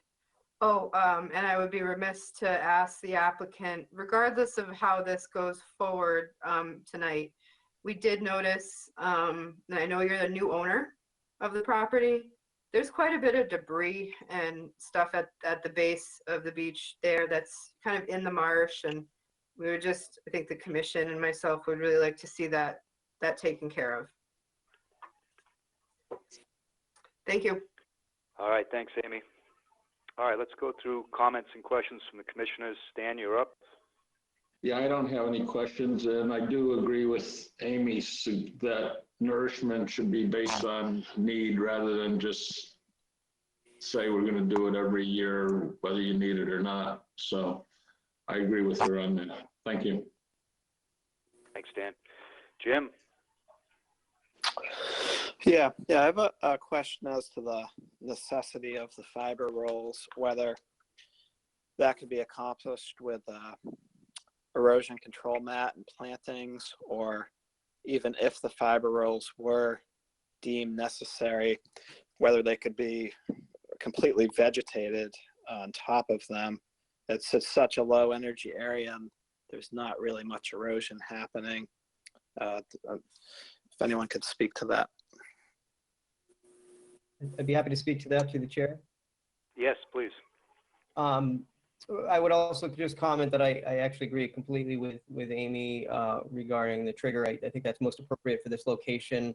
We're just trying to respect the state and local regulations regarding protecting the function of the bank to continue to be a sediment source, but certainly don't want to overnourish this. We had envisioned a pretty small volume because I think it's contributing a pretty small volume. And with regard to Jim's comments, we did analyze that, and frankly, the reason why the fibrils are just typically you see our projects, the fibrils would extend over the entire landform. We didn't think it was necessary over by the stairway. It's still a steep bank, but you've got more marsh protection. There is, some of you may have noticed, there's a direct correlation between where the erosion's the worst and where the salt marsh no longer exists. I think Amy picked up on that when she first saw the application. And so you've had the beach lowering because the fringing salt marsh is gone, and we commonly see beach lowering after that happens. And so the erosion's the most severe right in that gap where you can see on the plans that the salt marsh no longer exists. I'll be talking about a way to get that salt marsh back in the next application, but in the meantime, the damage has been done. So we really were proposing just to use what we felt was the most minimal amount of fibrils, because we thought the erosion control fabric has a good chance of doing it elsewhere. We weren't confident that it could do it right here. And so a 3-foot high array seemed to be a good measure. And we would be happy to, we've got a new technique where we used to incorporate the plants directly into the fibrils. We're now we figured out a way to incorporate them in the seams of the fibrils, and they seem to colonize more quickly. So we've already spec'd the right plants to do that, and we'd be happy to incorporate that so that basically the beach grass in particular is placed in the seams between the fibrils. Then the entire array is covered, and those plants grow up through and colonize. Species like beach grass really should colonize that sand that's on the fibrils quite well. And if it does, then it's not going to be washing it away. You're going to be doing little to no replacement of that sediment, and that would, I think, address any concerns about too much sediment into the system. Good question. Okay, yeah, that's helpful. I think I would be happy with that if that could be planted. It seems like there's a really good chance that those plantings would take, and a few years down the line, you'd barely know there's fibrils there in this location. That's all for my comments. All right, thanks, Jim. Carolyn? What is the status with that outflow pipe? Is that going to remain? Is that it's? I believe that's the town's infrastructure. I know the Evans would be more than happy to collaborate with the town if they were looking to make any improvements to that structure. It's been a little hard to hunt that down. We're not even sure if it's fully functional. The end of the pipe is sort of separated, which we see that frequently, but we believe it's some sort of road drainage. Yeah, through the chair, it's Don Monroe. We were going to address that through the dock application, but it is appropriate to talk about in this application as well. It is connected to the storm drain that's up above, and that has been connected for a number of years. We did some surveys way back in the day for properties not too far from here, and that pipe was intact at that time, and that was back in the early 90s. And on the next application, you'll look at the plan and we'll point out the result of that outfall pipe coming into the waterway in that location. But it will be addressed either through this or through the dock application, because the owner, Mr. Evan, we've talked to him about some alternatives that we might be able to address to minimize what's going on with that. But it would have to be in conjunction with the DPW. So we could reach out to the DPW to talk about what the town might be able to do. But on our end, since we don't have control over that, there are some things that we're going to suggest during the dock application that are relatively unique that we use in marinas. So I'd like to reserve to talk about that when we do the dock application. I look forward to hearing it. Thank you. All right, thanks, Carolyn. John, you're up. Yeah, okay. I guess just a comment that there appears to be some dependency between this application and the dock application. Both were just the previous conversation about the outfall pipe, but also any discussion, you seem to be deferring any discussion of salt marsh restoration to the dock. And I guess one question I would have, I'm sorry, can you hear me? One question I would have would be, wouldn't some alternatives about salt marsh restoration where it has degraded affect the plans for the bank restoration here? And just one other question, which is more sort of an operational question. So I'm just curious that your process for invasive removal involves both cut and wipe and physical removal. And I wonder if you could just talk a little bit about the necessity to follow up the cut and wipe with physical removal. I would have thought that proper and appropriate application of an herbicide would have taken care of. I mean, the bittersweet seems to be the biggest problem there. So that's all I have. Those are questions. Thank you. Sure, happy to speak to those.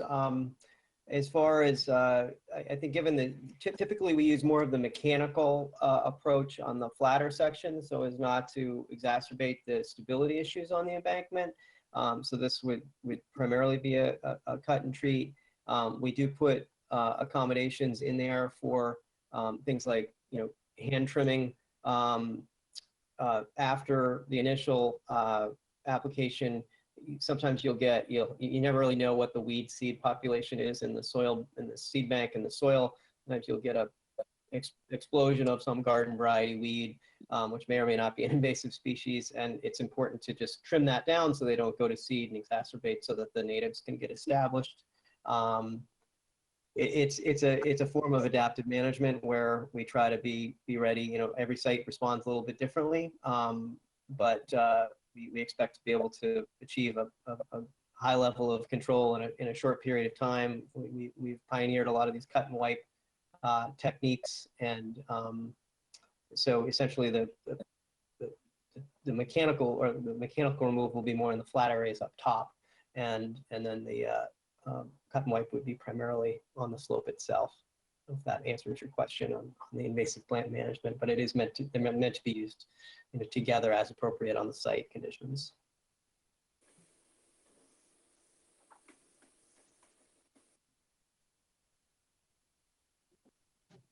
So thank you. That was my second question. The first question was, would decisions about some kind of salt marsh restoration affect the plan here? And that's what I'm talking about. There's some dependency here between this and the dock proposal. So why are you deferring that to the dock proposal?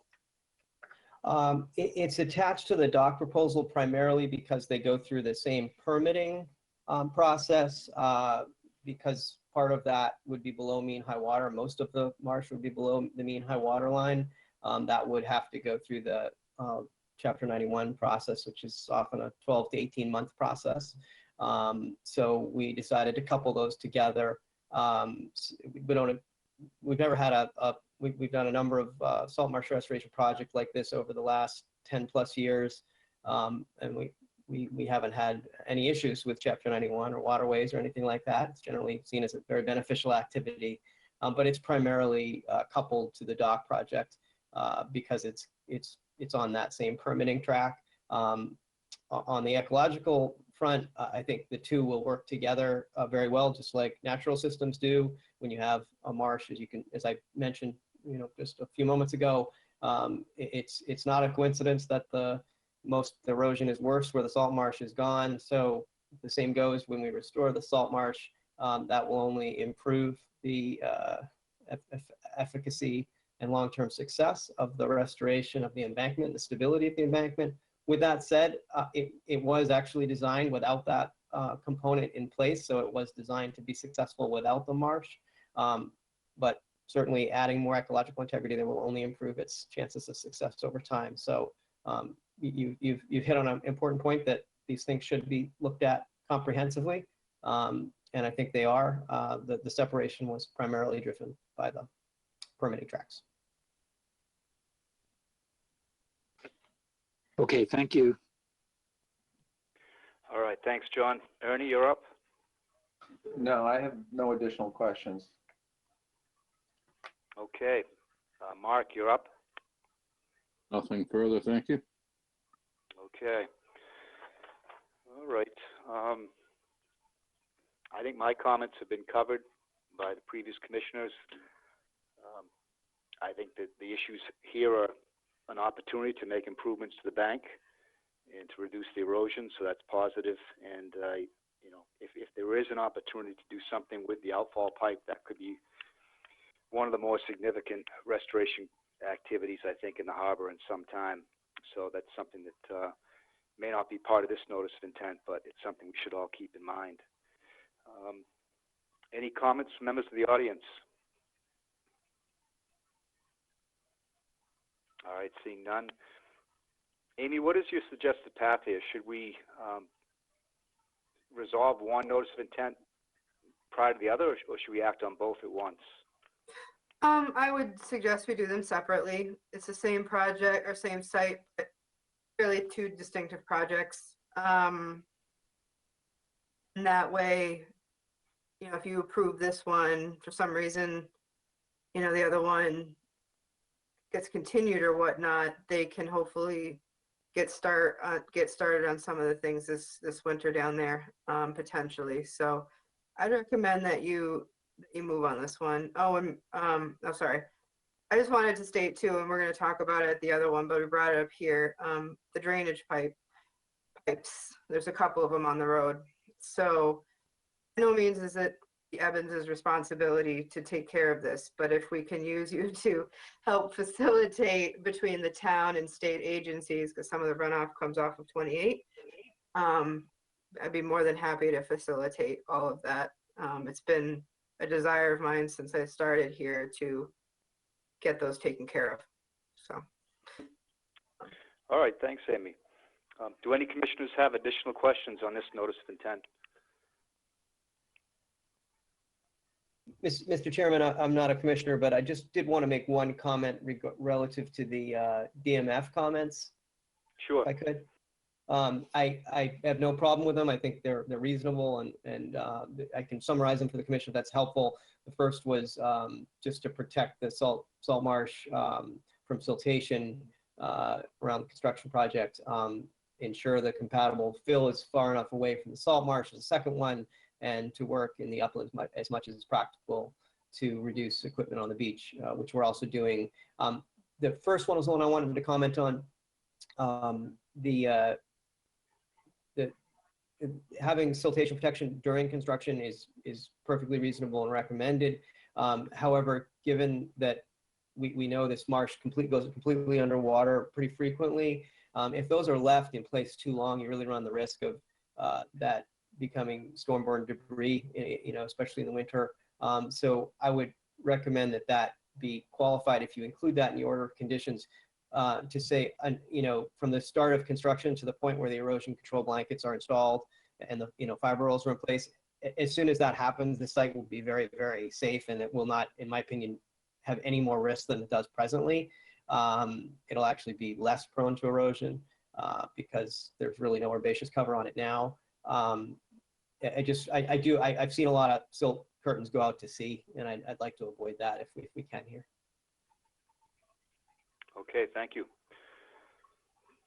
All right, would one of the commissioners like to make a motion on this notice of intent?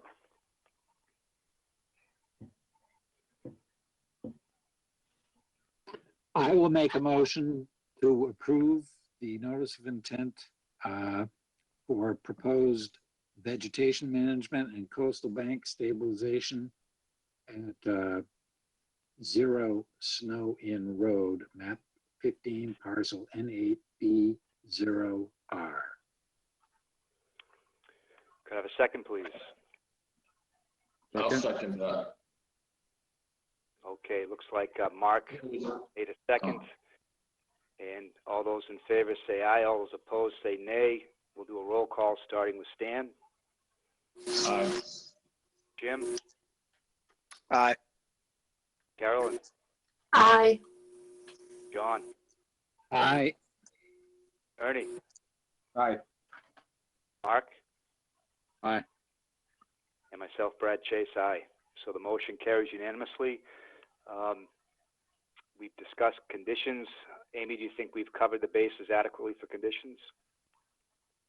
Yeah, I think based on DMF's comments, our comments, Seth, I agree with you as far as the siltation curtain removal. I think everything that we talked about here, I can incorporate into the order. Okay, well, thank you all. All right, moving on to the next notice of intent for 64 Snow Inn Road, Realty Trust, 0 Snow Inn Road, map 15, parcel NB-0-R, proposal for a pier, ramp, float, and dredging. I think that's you, Don. Yes, through the chair. Thank you, Brad.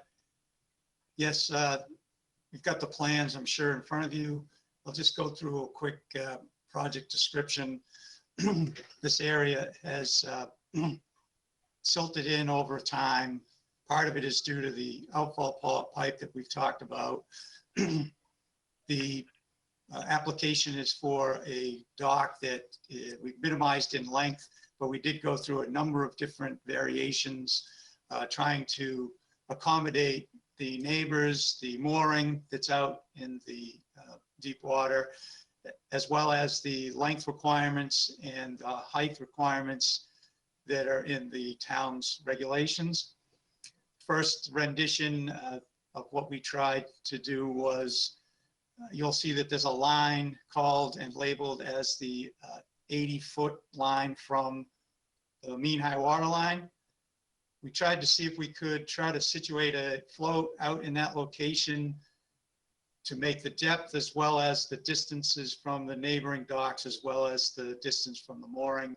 And that was really almost a non-starter, because as we moved further out into the water, we moved closer to the neighboring docks as well as to the mooring. So therefore, we looked into shortening the dock, but realizing that in order to do that, we would need to do a dredge project along with it. And I know the commission has had other projects that have come in front of them. There is a supplemental package that we submitted a week ago showing the various different kinds of docks that have been permitted in Weechmere Harbor. I'm sure other engineers have done the same thing. What's interesting is that this was formerly in the 1800s a freshwater pond, was not connected to Nantucket Sound.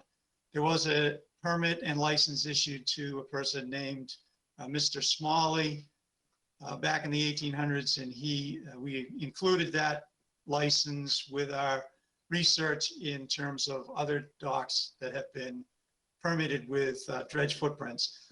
So originally, Weechmere Harbor was opened up and connected to the Sound. So now we have a saltwater environment that used to be a freshwater environment. So that's probably why we see some of the things that go on the coastal bank, especially in this location, since there really hasn't been any, quote, activity other than probably people coming down to the shoreline here. But the bank has shown evidence that there was probably at one time more of a freshwater species along the shoreline than there is now. The other thing that we want to point out is that as close as we could come to the salt marsh on the inboard side is what we've shown. We're within 28 to 29 feet with the dredge footprint to allow us to bring the float back as far as possible and still meet the Army Corps and DMS regulation of saying 25 feet from the salt marsh with a dredge footprint. The line that we're showing at the -1 foot contour is the top of the dredge, the top of the dredge slope. So we will not be affecting the salt marsh by causing it to slump due to the dredging.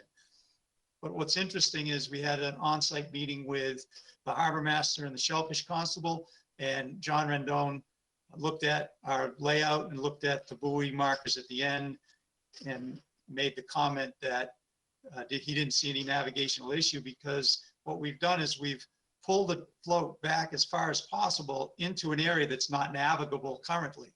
So the people on either side, the neighbors, they wouldn't be adversely affected if we make this navigable. As a matter of fact, it'll make it probably better for them in the long run, because we'll be taking out a lot of the silt to the south that's being deposited or has been over time from the outfall pipe. So the 54 feet that we've tried to maximize from the neighboring docks, because it's back away from the navigable channel portion of Weechmere Harbor, those docks are still functionable, and the harbor master didn't see any navigational issue. The shellfish constable Hines looked at it, and in the shellfish report, which we'll cover later, there's a map of the mapped shellfish areas in the town of Harwich in this particular Weechmere Harbor, and this particular location is not a mapped shellfish location on the town's map. But the shellfish report does go into that in more detail. Also, by decreasing the distance out to the out into the harbor, we've maximized our distance from the mooring that's there.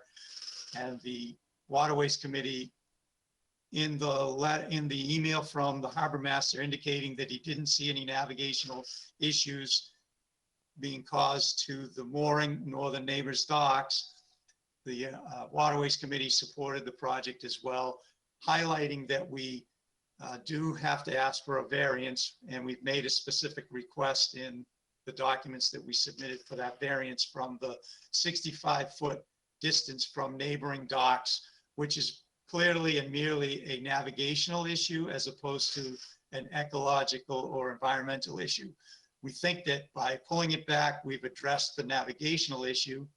By the dredging, we're addressing the siltation that has been caused over time by the outfall pipe, which has probably not only deposited silt and fresh water, but also is probably depositing some kind of toxins or pollutants from the road runoff.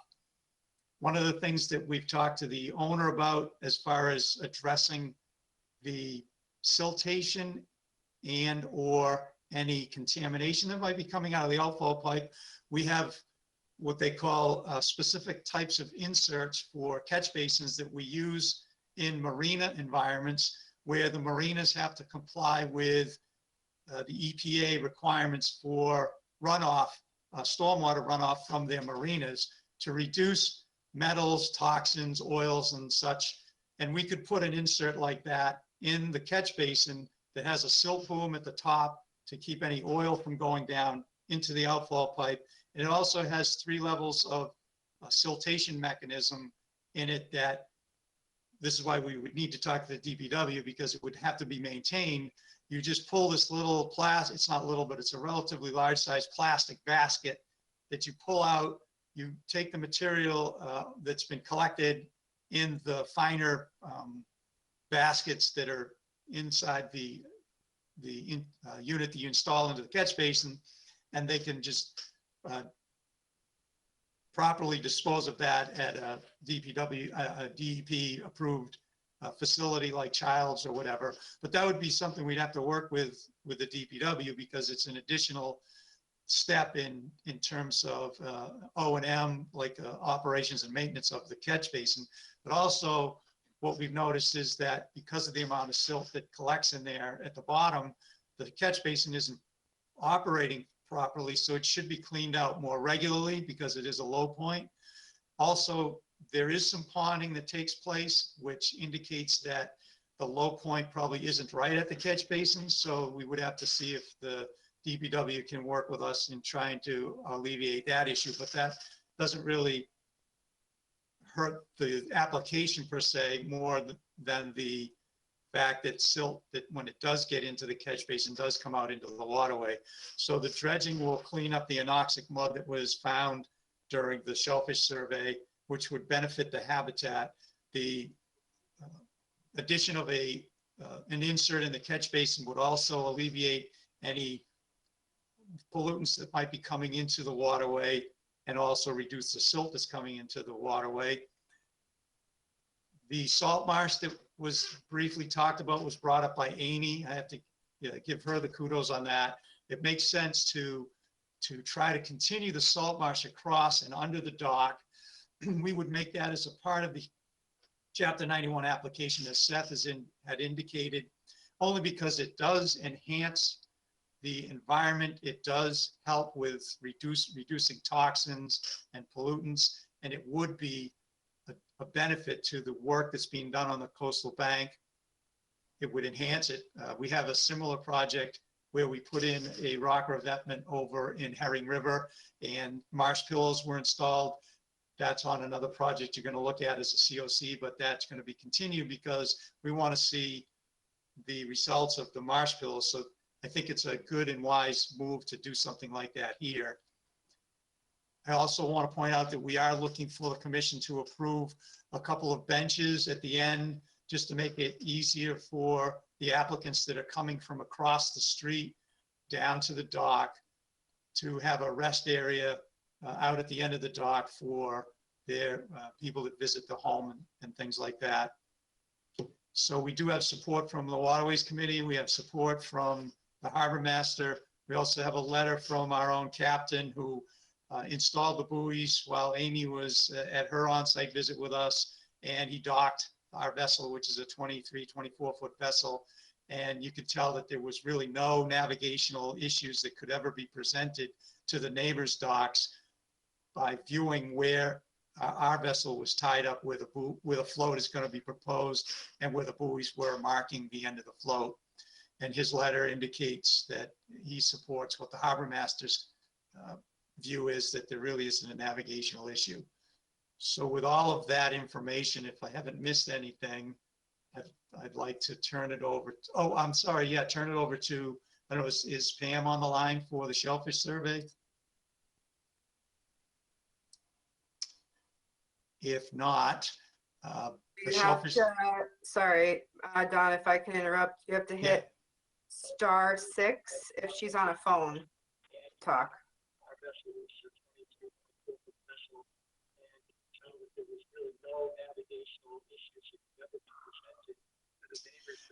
I believe if she's not on the line, the shellfish survey, I have some feedback coming in, so maybe that's her. I'm gonna mute that. I'm muting caller 11. That's all I heard was feedback.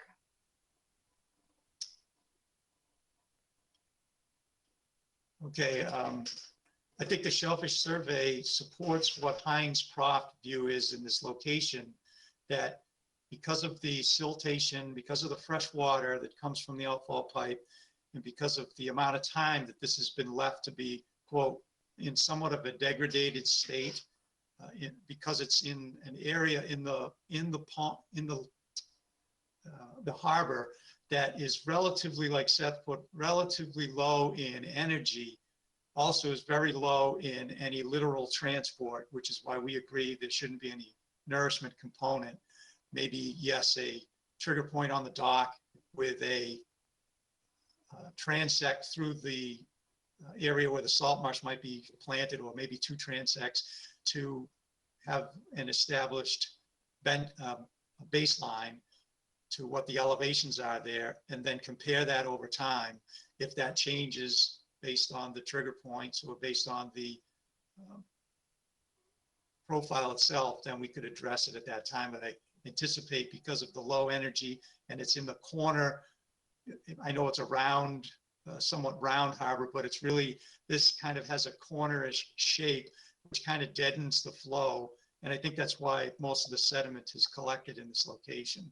So that, I think, plays into the fact that the shellfish report didn't uncover very many shellfish in this location. And your own shellfish maps indicate that this is not a mapped seeding area or shellfish habitat location, even though it is land under ocean and can be classified as benthic habitat, shellfish habitat, it's very low in productivity. So I think all the things we're proposing are going to maybe enhance and better that part of the environment.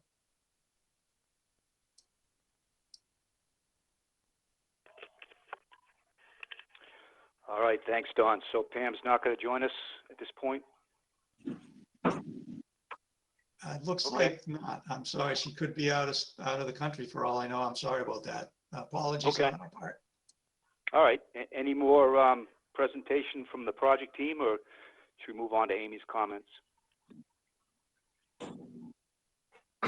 Mr. Chair, Glenn Wood, just, a couple quick comments. The good thing about this project is that we had really strong input from Amy, John, and John as well. And so our design really, by going shorter, John was extremely pleased with the way that we came up with a revised design with the shorter dock, and to eliminate, in his view, as well as waterways, any navigational concerns. And that is also built out by our licensed captain, Charlie Agro from Coastal as well. And I think, this area, this corner is just completely black anoxic mud, and really not shellfish habitat from a substrate standpoint whatsoever. So the minimal dredging that we're doing here, I think counterbalances the navigational goals. And given that there's no shellfish habitat from a sediment standpoint, we felt that this design that the team has come up with, in conjunction and working with Waterways and with John and Hines, per their comments, is a strong plan that we're happy to present this evening. So thank you. All right, thank you. Amy, do you have any summary comments for us? Sure. Well, I'll just, because it hasn't come up, I will just mention comments from Division of Marine Fisheries. One of which is slightly in conflict with what we're talking about here. DMF suggests that the dock be extended to avoid or minimize the amount of dredging. We can discuss that. It was brought in. I didn't really have any part in say in the discussions about like the dredging aspect. I really kind of just looked at the near shore stuff and the shellfish and whatnot. But we can talk about that. There might be a little bit of wiggle room there. I mean, you're 80 feet from a mooring, 54 feet and 54 feet respectively from existing neighboring floats.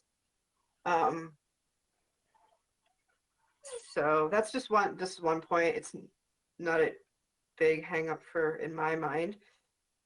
Winter flounder exist in the harbor, and they recommend a time of year restriction that no silt producing activities, including dredging, would happen between January 15th or May 31st of any year. And they recommend, if it is permitted, that we relocate shellfish. Or in our case, sometimes we require shellfish mitigation. I think this project has some potential benefits. One being the installation of salt marsh. One provides habitat and provides connectivity of habitat to adjacent salt marsh. Salt marsh itself is an infiltrator. And then I think the concept of helping the town to repair those catch basins, or the catch basin that's closest to you. I'll have to work on the other pipe there. I think that's really excellent. A way of thinking outside of the box when we talk about mitigation, that could potentially have a huge benefit to the water quality, at least in this area of Winchmere Harbor, if not the entire harbor. This area of the harbor has historically been an area known. Could you try again? Sorry, my phone is listening to me too. This area has historically been known to have poor water or sediment quality. There were a few shellfish found in the survey, primarily kind of in the center of, hold on one second, I'm sorry. No, I'm looking at the wrong survey. But anyway, you gave us many examples from other previous projects, and I accidentally pulled one of those. So the primary area where shellfish were found here were kind of right along the edge, closer to the shoreline, where you did have a little bit of sandier black soils. Yeah, you don't have salt marsh here. You hope to in the future. One of my questions just to ponder is, with salt, you're putting salt marsh in, you're putting a dock in. Obviously we want the salt marsh to do good, but we still want your dock. In this situation, you are going 5 feet. Your dock is proposed to be 5 feet high, but because this is a low velocity situation, would something like a monopile dock be a consideration here for less pilings in a sensitive area? You don't have to answer that now. You can just, and I'm not trying to throw a wrench in here, just an idea to think about. Monopile docks, just for Mr. Evan, you know, it's what it sounds like. It's one pile down the middle of it instead of 2 on the edges.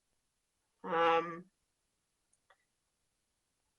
have to say, I would recommend the commission stay consistent with the dock width, that being at 4 feet, so that seating area, you know, maybe incorporating something on the float itself, or up towards the top against the road, but not on the dock structure itself. I can't recommend that. It's not a town or state mapped shellfish area, but as Don said, it is still land under the ocean, so it does have our shellfish.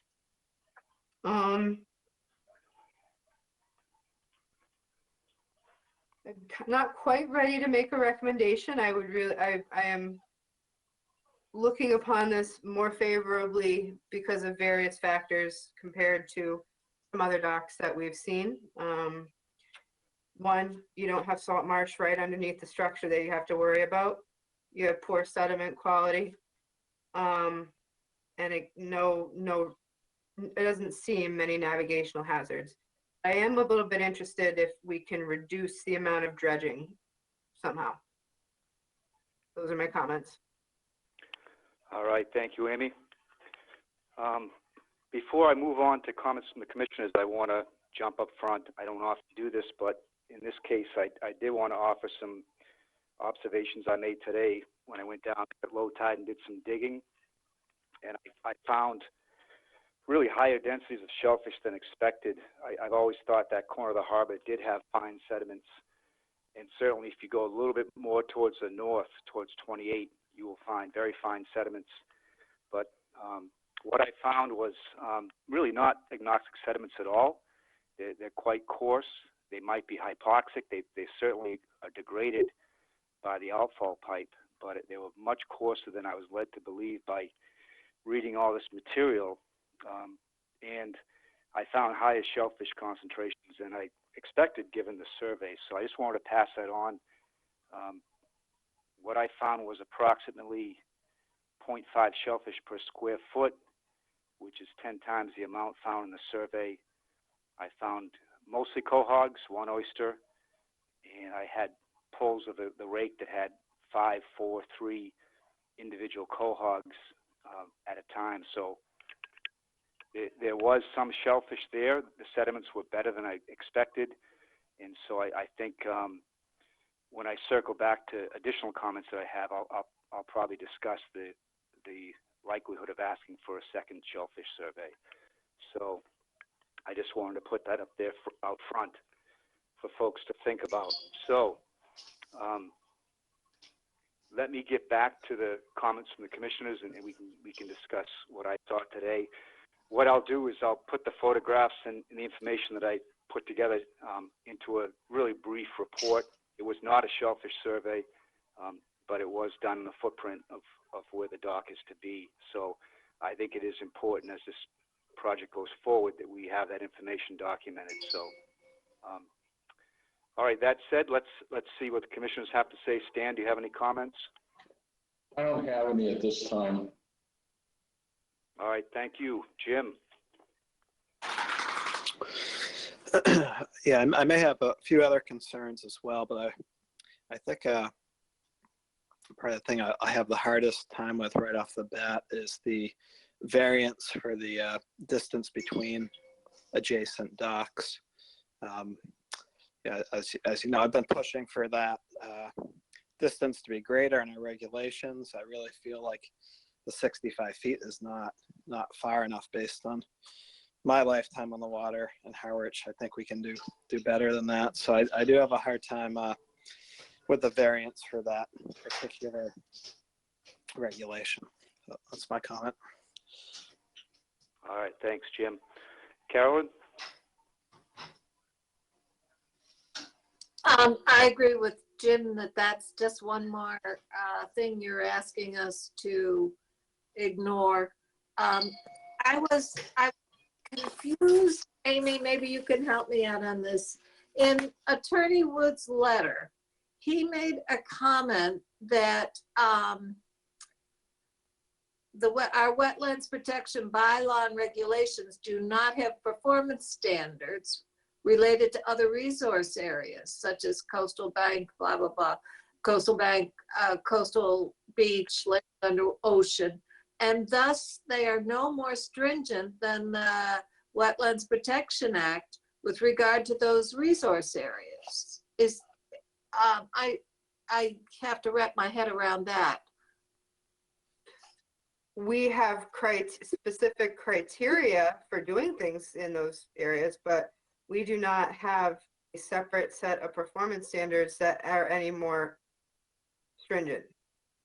I would wonder if we could get a quick opinion from our town council as to whether performance standards and criteria are radically different. If the commission wanted me to do that, I could certainly ask that. I could also just provide, you have the bylaw and regulations. I mean, we do have some more stringent regulations, but they're not drastically different compared to the Wetlands Protection Act. Mm-hmm. When it comes to docks and piers. When it comes to docks and piers. Okay. That was one of my questions. Well, that's all for now, actually. I could speak to that, Amy, or through the chair if you wanted. Sure. Or my comment on that, again, is legally, you don't have any more stringent performance standards relative to the involved resource areas here. You have some design standards like the 65 feet or things like that, or the width of the dock or things like that, but they're not specifically, this design criteria has a nexus to a specific adverse or potential adverse effect to the resource area.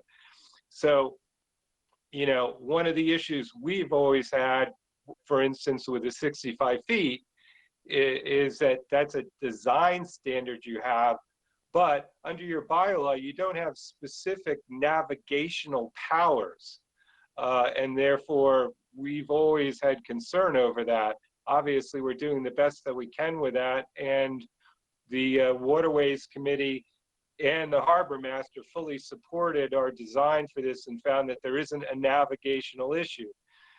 So we would hope that the commission would listen to the experts on navigation on that point. But that's a basic legal point. There's no more specific more stringent performance standards for, in particular, land-containing shellfish. Thank you. Thank you. Thank you. So in my mind, one of the reasons we did put a required distance between docks was to basically cut down on motorboat activity and motorboat shading and all that type of projects on top of the water. And also disturbance potentially, cumulative impacts as a result of these structures, that some of which go over salt marsh and things like that. So yes, I don't think it's all navigation. Thank you. Thanks, Carolyn. John, you're up. Yeah, first, I'd just like to echo what Carolyn and Jim both mentioned, which is the distance requirement, and just point out that the focus in all this documentation on addressing the separation of dock is navigability, and our focus is not navigability, it is degradation of the environment. And as Carolyn said, one of the reasons for enforcing separation is to limit the number of docks and limit the disturbance in the environment by the boat traffic and the existence of the docks.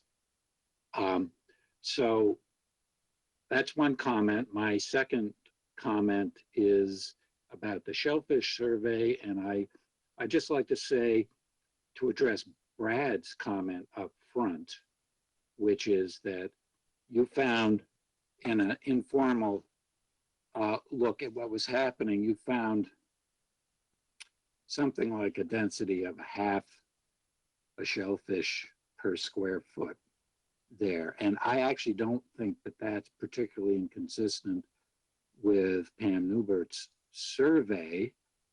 And I would like to point out again to my fellow commissioners and everybody else that Dr. Newbert's approach is to sample basically 1% of the sample area. So if she finds 5 or 6 shellfish, the best conclusion to make from that is there are 100 times that many shellfish in the area. And you can limit that to the specific areas. But the other thing I'd like to point out is that if you're sampling a single square foot and the density is about a half a shellfish per square foot, a lot of times when you look in a square foot, you're not going to find anything. And so it's not at all inconsistent, I guess, is my conclusion. There are a lot more shellfish there than 5 or 6 shellfish. And the easiest way to think about that is you're really only sampling 1% of the area. I have to chime in on that. I totally disagree. This is an area that is not suitable for shellfish, and your own shellfish maps indicate that. So for you to sit there and say that you think that Brad Chase's shellfish survey compares to a PhD survey is just laughable, sir. I am not going to sit here and listen to that. And unfortunately, because of the siltation that's caused by the town's road, we've got an area that's detrimental, and this project is trying to address that. And if you can't see that, I need you to really take a harder look at all the documentation, because there are 4 areas just adjacent to this in the Hennessy project, the Welch project, the Skipper Lee project, and then across the way, the Barry project, the Weechmere Harbor Club, the Stonehorse Yacht Club, the Harwich Court Boatyard, the Paul Manning property. They've all been dredged, and they've been dredged within the last 10 years and approved by this commission in an area where you're telling me that there's better shellfishing in this location than those locations? No, sir, wrong. Sorry, but I have to chime in. Don, no one said that. Yeah, excuse me, can I respond, please? Yeah, please. Don, respectfully, I started my comments saying that I did not think that Brad's sampling in there was inconsistent with Dr. Newbert's results. So I was not saying that somehow Brad came up with some dramatically different result from Dr. Newberg. But what I am saying is that finding 5 or 6 shellfish in a 1% sample of the lot does not mean that there are only 5 or 6 shellfish there. And I was not saying that somehow this is drastically better shellfish habitat than other places in the harbor. I never said any of those things, Don. So please don't put words in my mouth. I'm not putting words in your mouth. However, excuse me, may I finish, please, Don? However, we as the Conservation Commission have to consider whether there are shellfish in this area. We are required to consider that. That's part of our remit here. So let's at least try to make an objective assessment of what is there. That is what I am attempting to do, Don. I think that's what Pam Newbert's attempted to do too. And it's our role as well to read. And by the way, I read every single bit of paper that you guys landed on us last Friday. I read it all. I looked very closely at it all. Thank you very much. So can you comment on some of the things that we submitted about the dredge footprints that have been permitted in this harbor? Because there was a slew of documents that demonstrate that there's been dredging. And you know, this is a harbor that needs to be dredged. It's just part of the nature of the harbor, just like Allen Harbor. And you know what? That was dredged in full, and it's doing better in terms of its shellfish habitat than ever. So I'm a little bit leery when I hear commissioners say that they read the material, and I understand you probably have read all the material, but not to take into consideration that this project should be commented on, at least in light of the fact that there's been a supreme and hard effort by the owner of this property to do something good with the property. When in fact, the town itself is not addressing the problem that's creating what we've got. And that's just very frustrating. It's Pam here. All right. Shellfish Next. biologist. I want to just, Excuse me? addressing the commission, it's Pam Newbert here, shellfish biologist. I dialed in a bit late and wanted you to know that I'm here to answer questions. All right, Pam, we've had some discussion. You know, we read your survey, and what I said before you came on is that I went out today and did some digging myself, and I found sediments that were inconsistent with some of the descriptions. I found coarser sediments. I did not find what I would consider anoxic sediments. Maybe hypoxic, certainly degraded by the outfall, but they were much coarser than what I was expecting from what I read. And I found higher densities of cohogs. I did not do a survey. I did 15 pulls in the footprint of where the dock is going to be. And I had cohogs in half of those pulls of 5, 4, 3, 2, 1, 1. So I had a total of 14 cohogs and 1 oyster. All suggesting, you know, better shellfish habitat than what I gather from the documents we were given. So my comment up front was that I think I'll probably ask for another survey. So that's where the discussion came from. And certainly, you know, this is not pristine shellfish habitat. It is degraded. It's not a place that people commonly dig, but it is not nearly as bad as just a little bit to the north, where you do have some of those really fine black sediments along the town property on Route 28. So it caught me by surprise, but it did raise those questions. So that's what we were just discussing now. Oh, okay, thank you for sharing that with me, Brad. I would like to address some of those comments, but I want to do so in at an appropriate time when I'm allowed to do that. Yeah, let's finish. We're almost done with the commissioner's first round of comments, so let's go ahead and finish that. Then we'll come back and you can get some of the tone of the discussion too from these comments going forward. So Ernie's up next. Okay, perfect. Thank you. Yeah. No, I've gone through the material. I had a lot of the similar questions that have already been raised. I did notice in the material that you provided all this voluminous stuff. And one just as an aside too, and I hope that presenters understand that when we review these projects,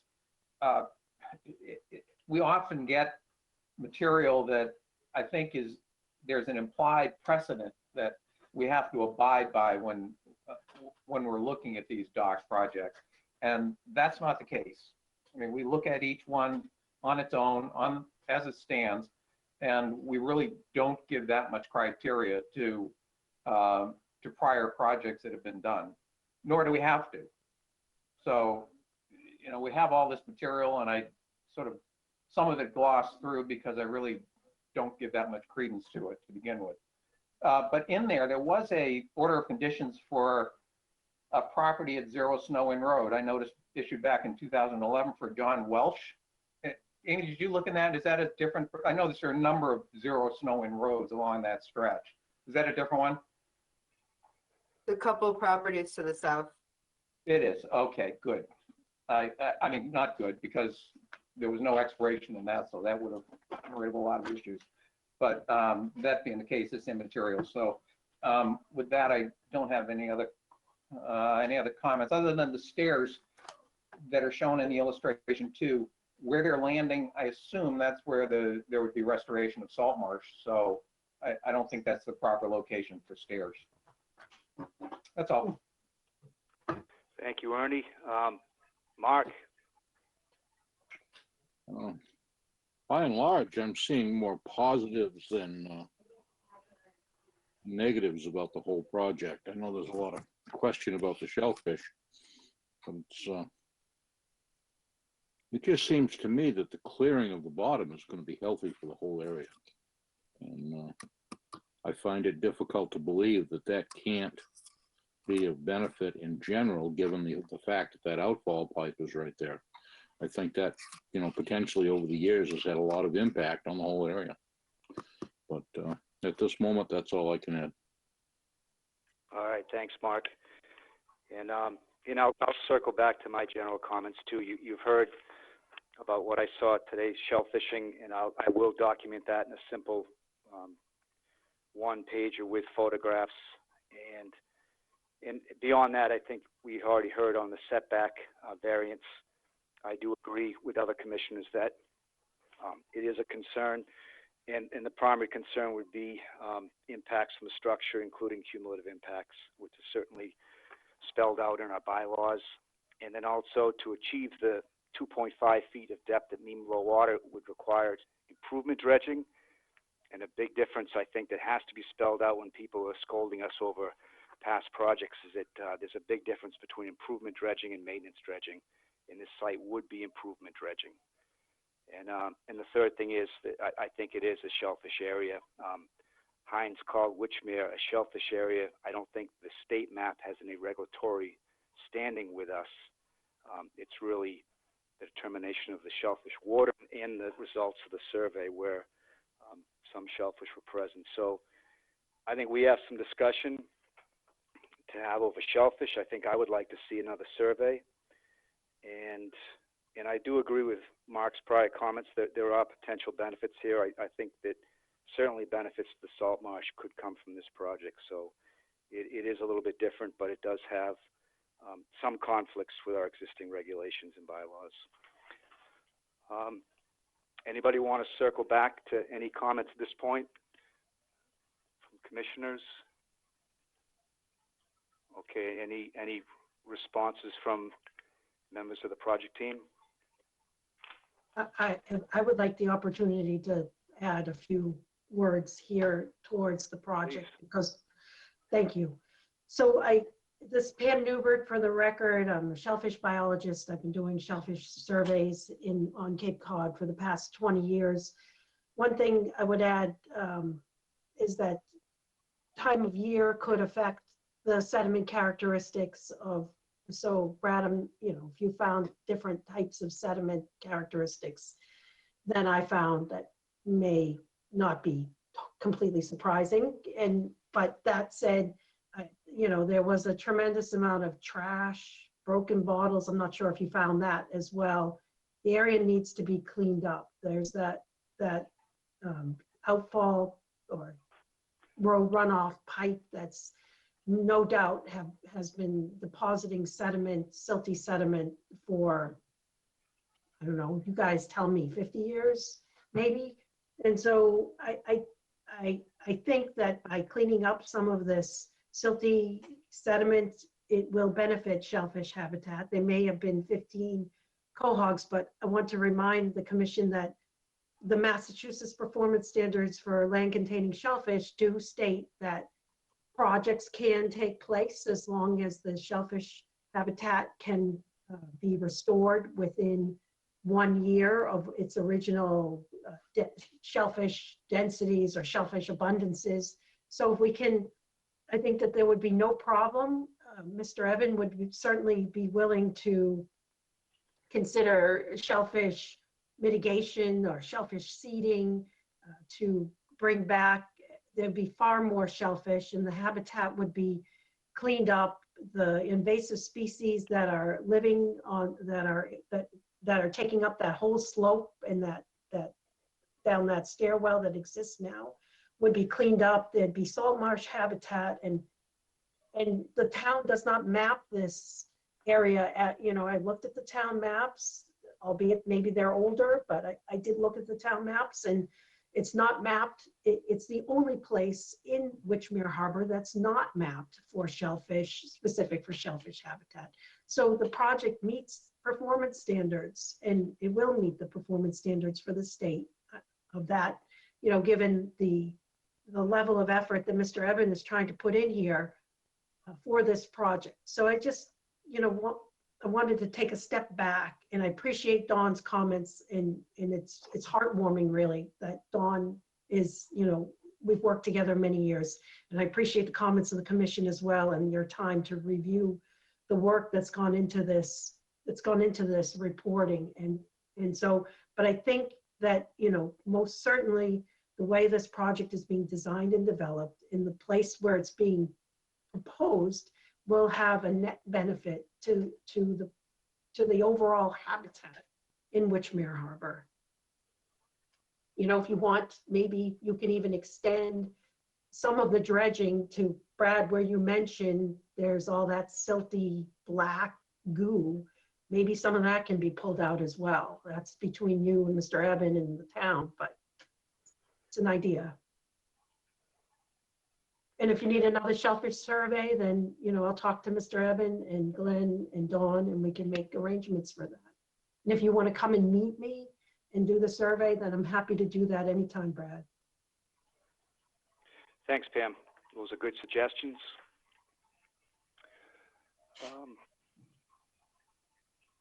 Mr. Chair, Glenn Wood, I just had one comment on the location of the stairs coming down. On the plan that we have, the stairs, as opposed to the salt marsh, this just a point of reference on the plan that we forwarded to Amy. The salt marsh restoration is going to be seaward, clearly seaward of the stairs. So the stairs are located and will continue to be located where there would be remaining beach. So that was specifically built into the design by Seth and his shop. I want, Don Monroe again, I want to, through the chair, make a comment on the monopile idea. The length of the dock that we're proposing, there's not going to be much gain on the monopile because we still need a substantial amount of stability even in this location. So we've reduced the length and then by virtue of reducing the length, reduce the number of piles. But we still need those 2-pile vent system in this location because of the short nature. So if we go with monopile, even though it may sound counterintuitive, that the shorter the dock, the more stable with monopiles, that doesn't necessarily ring true because you don't get the lateral stability when you get too short to resist ice flow or or debris or even, storm event, even though this is not a high wave energy area. If we do get a good storm and the water that comes into Weechmere Harbor gets at a higher elevation than what we're used to seeing, it's going to have an effect on the stability if we go to monopile. Thanks. I just wanted to ask the question. So. Yes, Amy. Oh, no, I just thanked Don because I brought up the question about the monopile and I just wanted to, I appreciated the response. One more comment through the chair on the dredge footprint and the quote, the way it looks on the plan, it might look like it's a large area of dredging, but it's only, if you look at the notes on the plan, it's really only a dredge footprint in the amount of 150 cubic yards. That's not a lot of volume. And just to the south, when the Welch project, and not bringing up the Welch project to say you have a precedent setter, but that volume was over 250 yards and it was a smaller footprint. So it's spread out over a larger area just so that it matches the contours properly so that we don't have any undulations that would cause a navigational issue. But the volume is very small. It's just that we've got to match the contours. You'll see the solid line contours are the slope of the dredge footprint, but in order to meet, like, let's say we are looking at the -3 foot contour, that -3 foot contour, in order for us to get a smooth transition to be able to pull into the face of the dock, has, on the north side, has to meet the 3 foot contour out near the neighbor's dock. That's just common practice in dredging and doing dredge footprints to make sure that you have a smooth plane down underneath so that you don't cause any navigational issue. Thanks, Don. And if I can follow up on the dredging concept as well, I think I don't think any commissioners are coming across or trying to come across as anti-dredging in Weechmere Harbor. There's certainly benefits that would come from a lot of areas. There's been a fair amount of maintenance dredging that should happen and should happen more. I think the trouble we have as commissioners is looking at our regulations and realizing that, that 2.5 depth at mean low water cannot be realized without dredging, and it is improvement dredging, and there are shellfish present. So that's a dilemma for our regulations. And I don't think you'll find too many cases in recent years where there has been improvement dredging to achieve that 2.5 feet where there's shellfish. So that's really the crux of this, I think.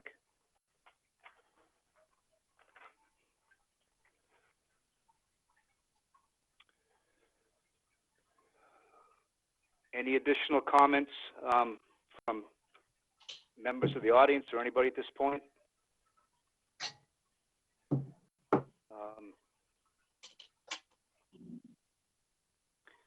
There's a comment in the box.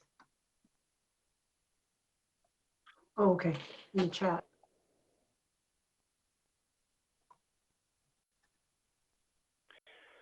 All right. Do the proponents want to discuss the possible? Oh, sorry, Carolyn, go ahead. What is the composition of the pier and the float? I thought I saw two different descriptions. I thought timber was one, and then the composite, which is more open, was another point. It was mentioning that. Oh, Dawn's on mute. I'm sorry, I'm not sure I follow. Can you restate that, Carolyn? What What is the composition of the pier and float? Well, the pier is non-leaching materials like Greenheart lumber. And the float certainly has to have a float mechanism. So I don't know if they'll use Follinsby floats underneath the float that go inside the underneath side of the float that gives it its buoyancy. So the float itself would have to be constructed of wood on the framing on the outside, then wood decking on the top. But then if you look at the section view, you see those little like tubs that are underneath. Those are they can be anything from styrofoam to what they call Follinsby floats that are plastic sealed units that, or they can even be aluminum cast drums. So typically in Weechmere, I guess what we've seen is either the styrofoam type of flotation or the Follinsby type, which is a plastic material that's like a tub, but it's sealed with air inside of it to give it buoyancy. Did you consider? We prohibited styrofoam a few meetings ago. It's a new reg. So we would certainly. Just so you know, going forward. Yep. Yep. Okay. Did you consider using any of the open grid materials that allow more light to go through the pier down to the water? I believe that where the dock itself, the decking can be all through flow. Okay. The floats typically aren't made of through flow. I can see, but now so what is going to be the through flow? Or if you look in the profile view of the plan, all along the whole length of the dock, from the bottom of the stairway to the place where the ramp connects, that could all be through flow decking. And what I'm looking at says proposed timber pier.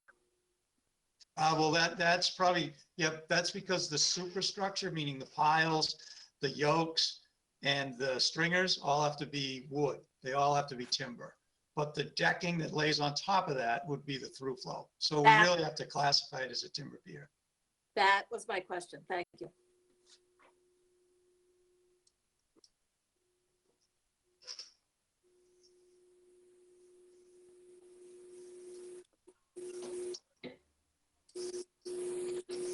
All right, what's the preference of the project proponents at this point? Is to continuing to discuss options? What would you like to do to proceed?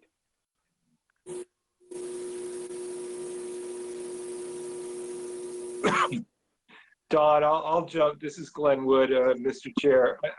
I think, just, and not being on Zoom, obviously, I'm not whispering in Don's ear. But I think it would probably be best to continue for a month.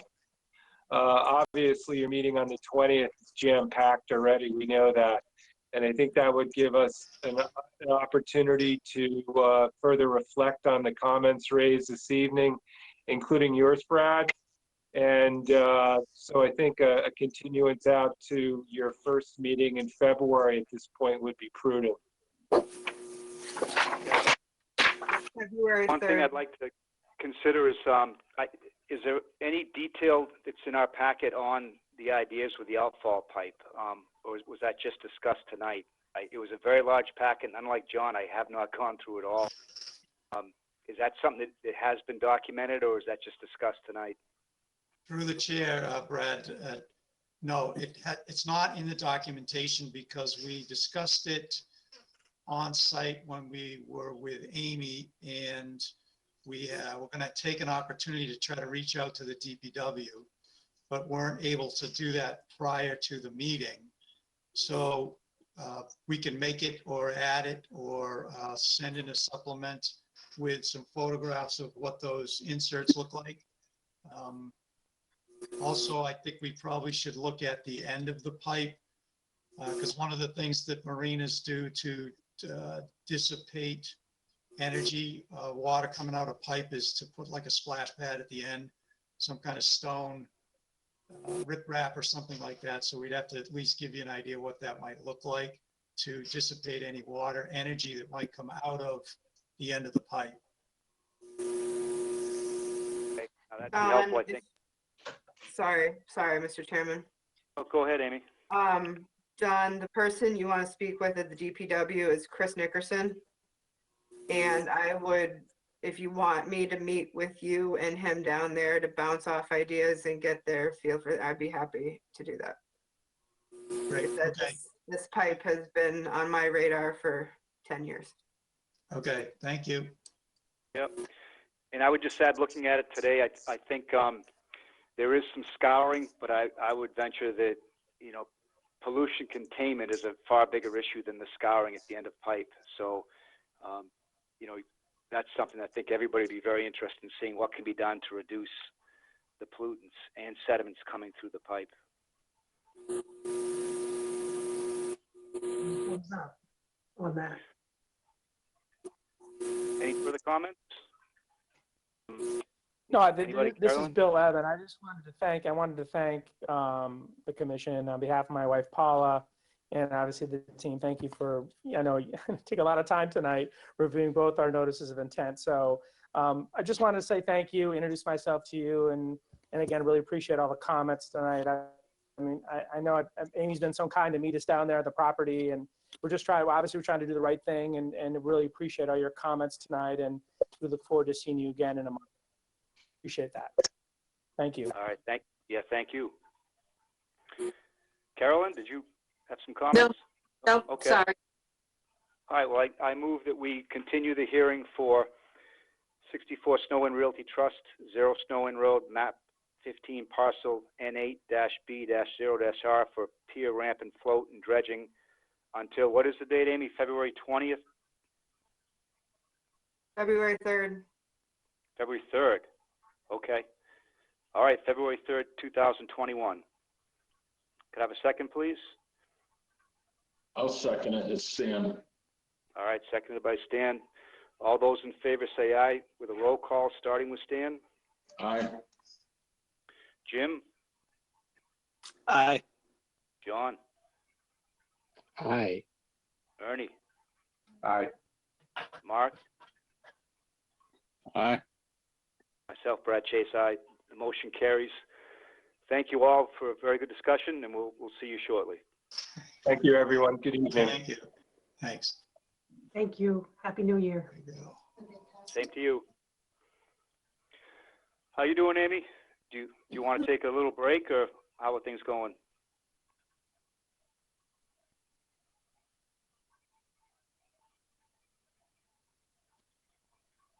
Sorry. I'm doing okay. Just getting my neck's a little stiff, but Okay. I can do it. Let's keep going. We don't have that much more to do. Okay. All right.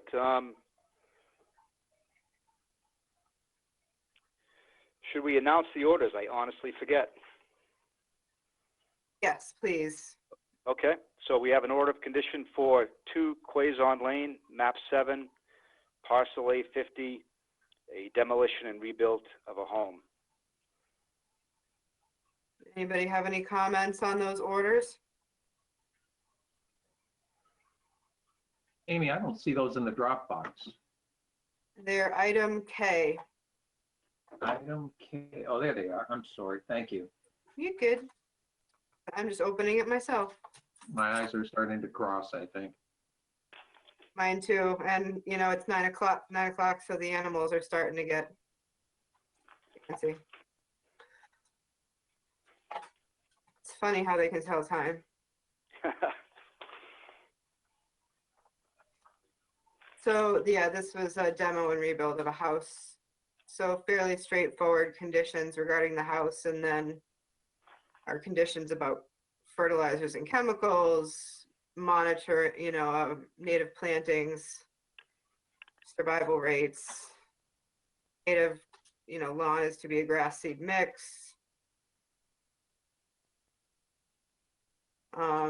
Monitoring report biannually for the first year for land management, and then annually for the next 2 years after that.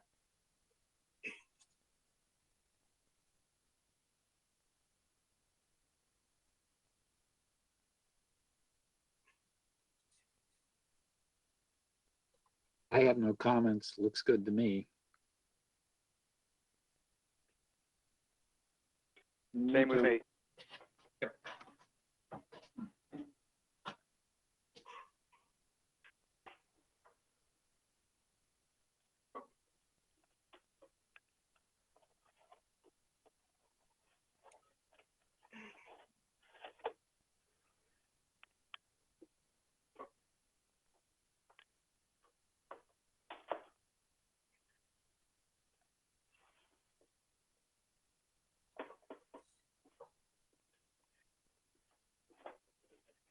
do have a remark, if I may. Please. Item number 7. If any company other than Wilkinson Ecological Design is to carry out the approved work protocols. It continues on to say that they must be approved by the conservation agent or commission. I'm concerned about the language, not about the company or even changing contractor, but to me, it could be very easily misunderstood that we're supporting a particular company. And I would hate to see that become an argument. So that may bear some consideration. And that's a good point. The intent is obviously we want somebody qualified to do it. Of course. Because it's not just any landscaping plan, it's very, it's very specific.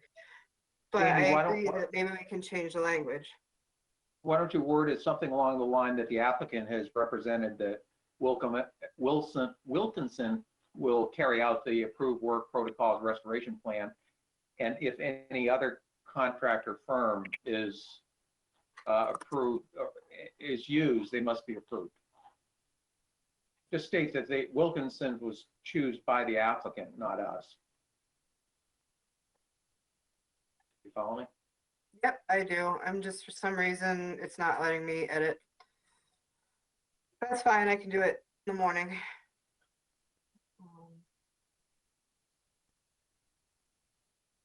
Mark, do you like that sound of that better? Yes, I do. Okay, I will change that. Yep, thank you.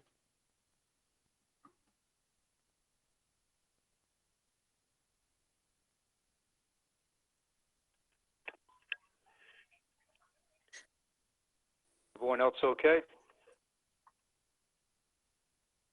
All right, if somebody wants to make a motion, we can act on this. I'll make a motion to approve. I don't have my, sorry. I don't have the address here. 2 Clausen. I make a motion to approve the order of conditions for 2 Clausen Lane. I'll second. Okay, seconded by John. All those in favor say aye with a roll call, starting with Stan. Aye. Jim? Aye. Carolyn? Aye. John? Aye. Ernie? Aye. Mark? Aye. Myself, Brad Chase, aye. Okay, the motion carries. And the order of condition is approved for 2 Quezon Lane. Next, we have a request for a certificate of compliance. We have the Crabtree property at 176 Great Western Road, map 37, parcel N1 for a dock. I guess we'll take them one at a time, Amy? Yeah, I guess, Ernie, before we talk, if you should probably recuse yourself for the record. Yep, for the record, I recuse myself from discussion on this certificate of compliance. Now, if the commission has questions for Ernie regarding the merits of his project, he can answer them, but he just can't participate in other discussion. Yeah, we'll do them one at a time. So, the Crabtrees were permitted a dock a couple of years ago. The dock's been removed from the water. I've visited the site when it was in the water. Everything is as per permitted. The order does say that it's to be stored beyond the 50-foot buffer. Mr. Crabtree would like to request that it be stored on his beach, and photos have been shown that there's an area devoid of vegetation. We have done that in 1 or 2 other cases, but typically we do require out of the 50, but that's up for discussion tonight. How you feel about the storage? I don't see in this particular instance, as long as it's secured, that it's going to have a particular detriment. But I understand that we typically require outside the 50, so I'll go with whatever the purview of the commission is for that one. Thanks, Amy. I have not been to the site, so I think I'm just going to rely on your recommendation or comments from other commissioners, because I think you really have to see that status. I guess we'll go through comments. Stan, do you have any?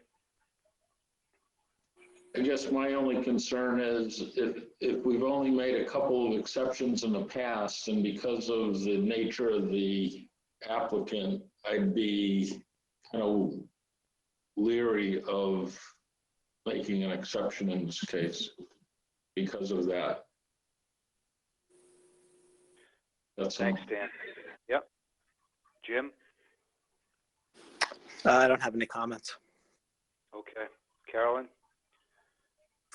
I haven't been to the site, so I don't have any comments. Yeah. It's very site specific. John? Yeah, so did you post photographs? Amy, you said I that apologize. Hold on one second. Let me look. I don't see photographs on there unless, Oh, Bernie, you were saying that, hold on. You were saying today, like, why didn't I post a request? I didn't know. I'm really sorry. We did not post the actual request, which I think showed the photos. Let me see. Did you send that to me electronically as well, Ernie? Yeah, I did. I sent it in an email. Let me find it and I can share my screen. I don't know if that'll help, but just give me a minute here. I'm very sorry about that didn't get in there. while she's doing that, Ernie, I have an immaterial question, which is how long have you been in that house? About 5 or 6 years now. I see. Okay. And let me, just as an aside, so you understand too, the property that we're on is bordering, it's right on Sand Pond. The house is approximately, Mark, you know, I mean, it's about 12 feet from the water. So the beach is literally between the foundation of the house and the edge of the water. On the west side of the property is an abandoned cranberry bog. So that's also a resource area as well. So the only, essentially our entire lot, with the exception of one little triangle up in the southwest corner of it, that's probably about 30 by 5, is resource area. And it's all landscaped as well. So we have very limited opportunity to put it anywhere other than on the beach. And I think any other place we put it is still subject to resource issues and that sort of a thing. So it's, from my perspective, and that's why I gave the pictures to Amy, it's sort of the lesser of all evils as far as the location for this.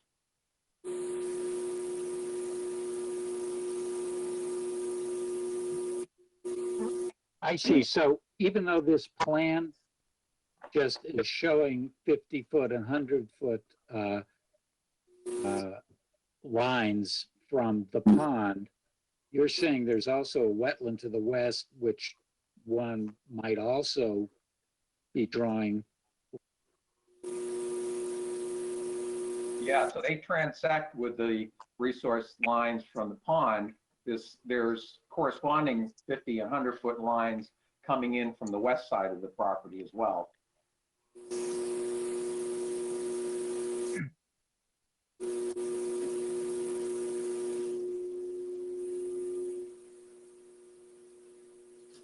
Ernie, can I ask you about the storage practice over time, maybe even before you own the property? Has it always been left either on the beach or next to the house?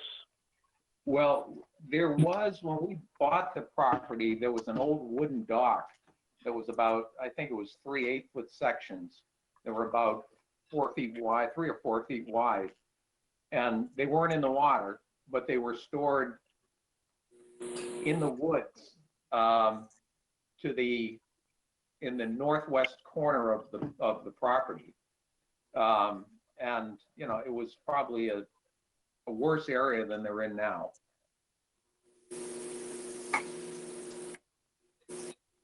It was actually right in on the boundary of the cranberry bog that's there, the abandoned bog.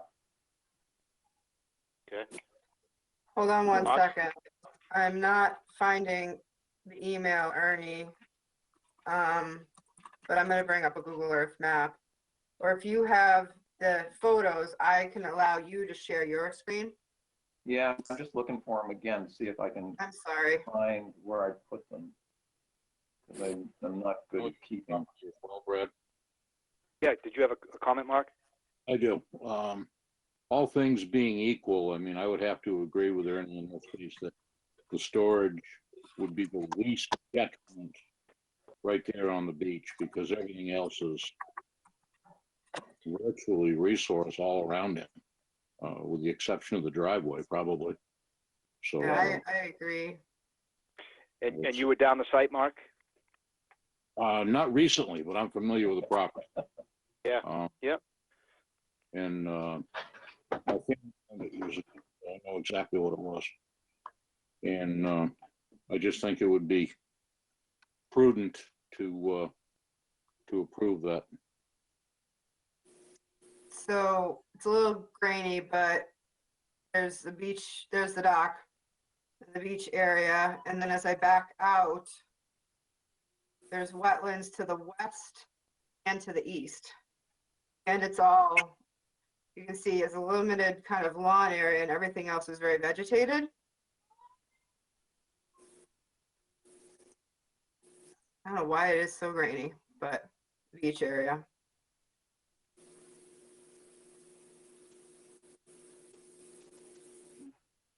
So could it go on that lawn, or would you put it right on the beach? It goes directly on the sand on the beach, Brad. Okay.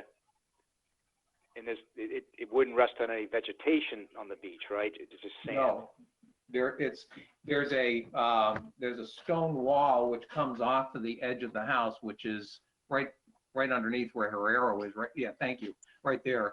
And in front of that stone wall, all the way to the water, it's unvegetated. There's a small border of vegetation along a fence, which is to the right rather, of that boat that's on the beach. There's a wooden fence that goes along out into the water. And there's it's a couple of ferns or whatever in there, but that's it. And the dock is stored in that corner on the sands, away from, well, in front of the wall, essentially. Okay. I think, Stan had a very good comment, a very important comment. I guess the way to evaluate this is that we're hearing that there is not a better place to put it that would be less impactful. So I don't think I have a problem, but I'll certainly go with the recommendations of those who have been there.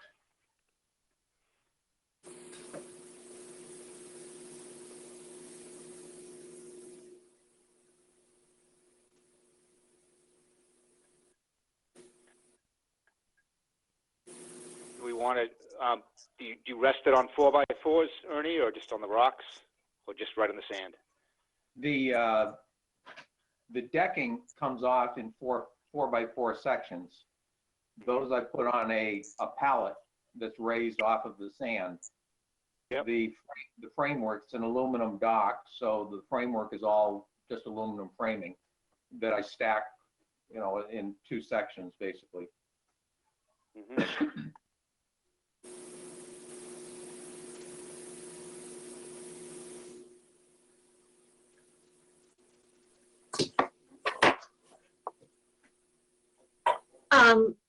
Can I ask a question, Brad?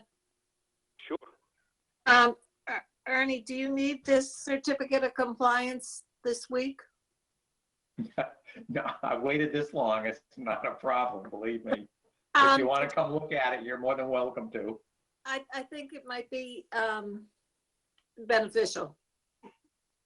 That's fine. I agree with you. I don't want you guys to go into this blind. So, and I'm sorry you can't find that picture. I mean, maybe I took it and send it to you a hard copy with the, Might be, and typically, like when we do certs, we don't, most of it is just like the actual DEP form. So may have not have seen that there was a photo attached and just gave the order plus the plan and not seeing the photo to give to the commission. So I apologize for that. well, if you like, I can send you another photo if you want to send that That'd to be good for everybody in case people. people don't want to. Yeah, so people, can't they make can it go, valid. or if they can't, but yeah, resend it to me and I'll make sure I resend it out. Thank you. So we want to just move this to next one? People feel more comfortable with that? Yeah, that's fine. You don't need to continue it to a date certain, it's not a hearing, so I'll just make a Okay. All right. note. Okay.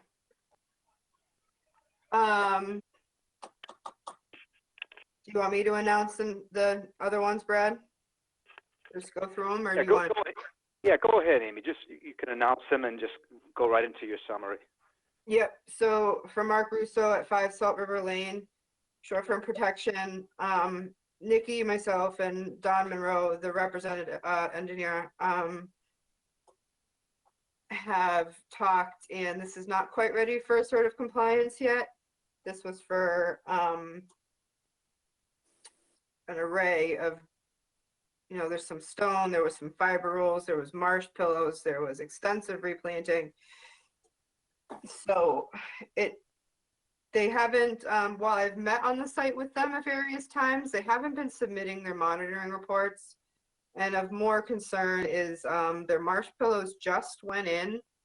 And I think we need to at least wait until later on this spring to get, you know, another monitoring report for the bank, as well as see a report and see how those marsh pillows are doing. So I would recommend no action at this time for that one. Anybody have any questions about that? Okay. So I'm not even gonna put it on for a specific date. It'll be later this spring. You'll see it again, hopefully.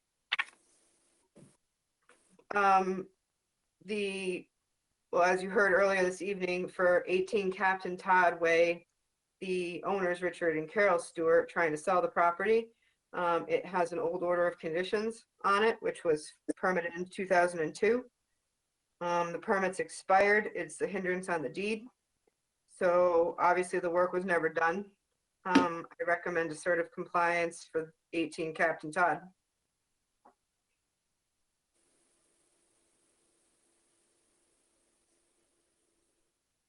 I move that we approve the certificate of compliance for 18 Captain Todd Way. I'll second. Okay, so all those in favor say aye, starting with Stan. Aye. Jim, Aye. Carolyn, Aye. John, Aye. Ernie, Aye. Mark, Aye. myself, Brad Chase, aye. The motion carries unanimously. Hey, Amy, just a question. What's the difference between the dwelling that they applied for back then and the one that's before us now? Bigger? It's bigger and well, the other one was right at the 50-foot, no disturb. Okay. But the new one's bigger. The other one was more so, the plan was less developed. It was kind of a rough footprint of where a house could be with not as much detail as what you saw tonight. You know, deck, sunroom, paths, all that stuff.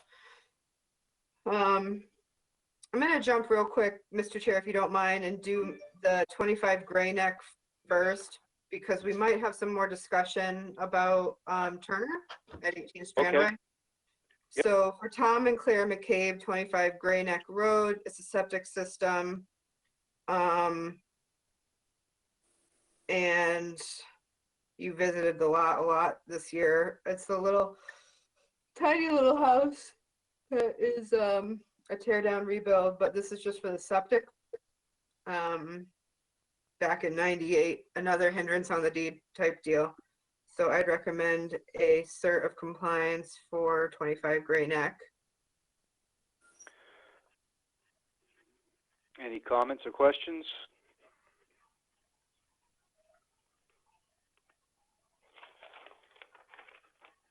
All right, seeing none, I move that we accept the certificate of compliance for 25 Gray Neck Road. I'll second. Okay, thank you. All those in favor say aye, starting with Stan. Aye. Jim? Aye. Carolyn? Aye. John? Aye. Ernie? Aye. Mark? Aye. Myself, Brad Chase, aye. Motion carries unanimously. All right, Amy, we're not going to act on 18 Stramway, but we're going to discuss it. Is that the idea? No, we might. We'll see. Not on one of them. So it was, I think, our mistake. They are not requesting a cert of compliance for the dock just yet. They're not ready for that. So don't worry about that one. For the dwelling, though, we can vote if you feel ready to tonight. So they're asking for a certificate of compliance for the dwelling. Since my site summary, we've gotten a few items. The main concern from the commission from the last meeting was whether or not the lawn was a Cape Cod mix. And regardless if it is or if it isn't, is it being treated with any fertilizers or chemicals? So I did, and I put it in your Dropbox, I think, get a statement from the landscaper today stating that it was hydroseeded with a Cape Cod mix. But the order did say we were to know the composition of it. So, I mean, I don't know if you want to ask for what the composition was.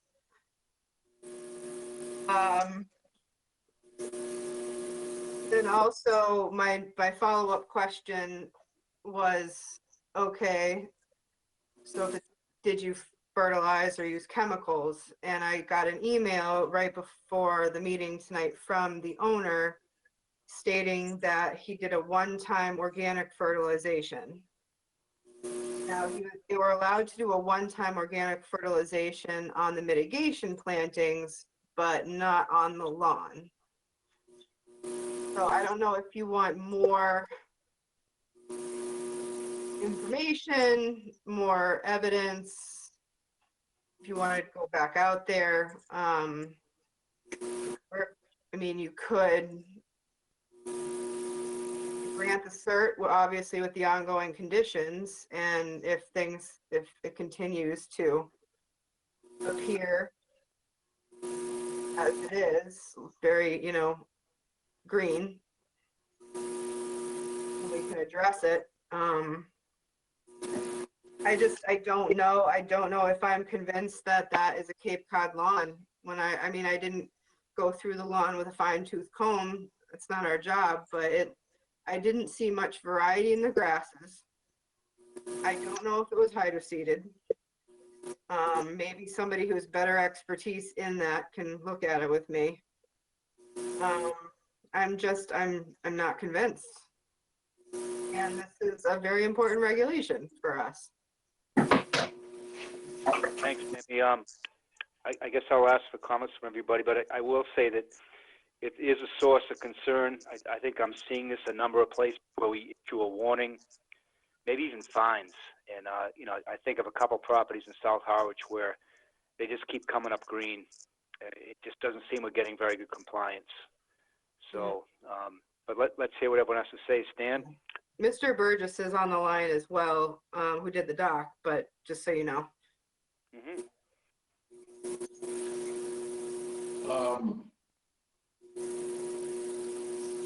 I think we need more evidence as to, well, I mean, he already said he incorrectly fertilized. I mean, you can't undo that part of it. But for going forward, I don't know how you monitor that. And I saw that letter from his landscaper wasn't very, what I would have expected for, a letter defining, exactly what the content was of the seating was. So, I'm kind of mixed emotions about this whole thing right now. Jim?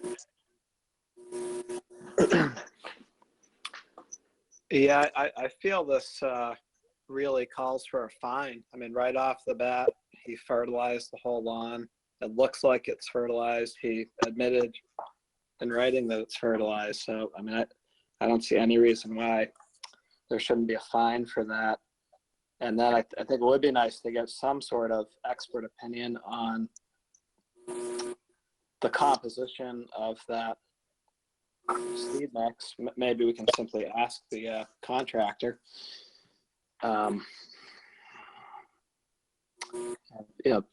Otherwise, just make it very clear that the lawn can't be fertilized or in any way otherwise treated. That's the lawn issue. I'm trying to remember, was there a partial marsh restoration involved with this? Was there some sort of salt marsh? There was a whole bank restoration. I don't recall salt marsh restoration being part of this one. Yeah, I can't quite remember. I vaguely had a recollection of something happening on either the beach or in the, but I could be planting like upper marsh species like marsh elder and stuff like that, but nothing like the marsh mats or pillows that we've been talking about all night. okay. Is all that good? Is all that looking good? Yeah, the plantings look really good. They've been in for a couple seasons now. They look, and it's not the same. I mean, Blue Flax did the plantings on the bank, or were in charge of that. It was a different landscaper who was in charge of like the lawn maintenance area. Right. Lawn putting down, but the mitigation, the plantings look great. They look really good. And it's in terms of the house itself. I mean, I looked at where all the corners were and all the hardscape and all that is according to plan. Stan had brought up a comment about fencing, and Ernie and Stan had commented about fencing and elevated fencing. The fencing does show on the plan. We didn't specify in the order that the fencing had to be raised. And I looked through, right before the meeting tonight, I looked through our regulations. And I know that we typically condition a fence to be raised, but it's not in our regs that it necessarily has to, that I saw. So I don't know if we can do much about that other than put it in our regulations that a fence is raised 6 to 12 inches or whatever. But the fences are where we permitted them. Okay, well, it sounds like the lawn issue is the main thing. The lawn issue is the main thing. I mean, maybe if we can do a fine now and require, maybe delay this for a year or however long, and keep checking in to make sure it doesn't happen again. Those are my comments. Okay. Thanks, Jim. That makes sense. Carolyn? Amy, is there a patented, for lack of a better word, Cape Cod lawn mix, or is this a mix that various companies put together themselves? Mark's nodding. Both Marks are nodding. I was about to address what you were just speaking on, Carolyn. Why don't you go first? I'm tired of talking. Cape Cod grass seed mix is produced by more than one seed supplier, and that's how it's labeled. The seed content is not necessarily the same. Generally, it's a mixture of annual and perennial rye with some fescue thrown in. It's a real basic, simple mix. And there's enough annual rye in it so it'll grow virtually anywhere the first year. And very often it fizzles out, which is the nature of that seed mixture. The residual or the perennial plants that you have are most likely something other than that. So the particular company that did the work may well have used a Cape Cod mix, and they may in fact be telling you the truth, but it isn't necessarily going to be of any benefit, because if we're not offering a specific seed mix in the order of conditions, you're kind of backing yourself into a corner. Let me look at the order. I was going to say Cape Cod mix is traditionally a mix of rye and fescues, but it can differ, as Mark said. But rye and fescue being the native grasses that you find in it predominantly. What'll be telling, I think this lawn has been in only about a year. So as Mark was saying, the annuals die off. If there's any amount of patchiness, you're going to start to see it this next year as the grasses change. So right now it looks pretty, well, not right now, but in the fall it looked fairly lush. And actually it looks kind of like a monoculture, which could be what you were saying. It's the annual ryegrasses, Mark. If you give it enough nitrogen, it'll stay green for quite a while. But when you go back and look at it somewhere after the 15th of April, that'll be the telltale sign of what it is. I think in late spring we look at it. Yeah. But that was one question. My other comment, though, is that I don't really know how we can police no fertilization, other than we're looking at it saying, gee, it looks very green. I mean, how can we prove? And then we ask them, and then they tell us the truth, and then we find them. Well, there's another consideration here too. Maybe we need to make the issues a little more widely known to the applicators for the fertilization and so forth. Maybe there needs to be a notification of something to go out to the property owner and make them obliged to make their service providers aware, and let everybody know that they're all subject to fine if they don't adhere to it.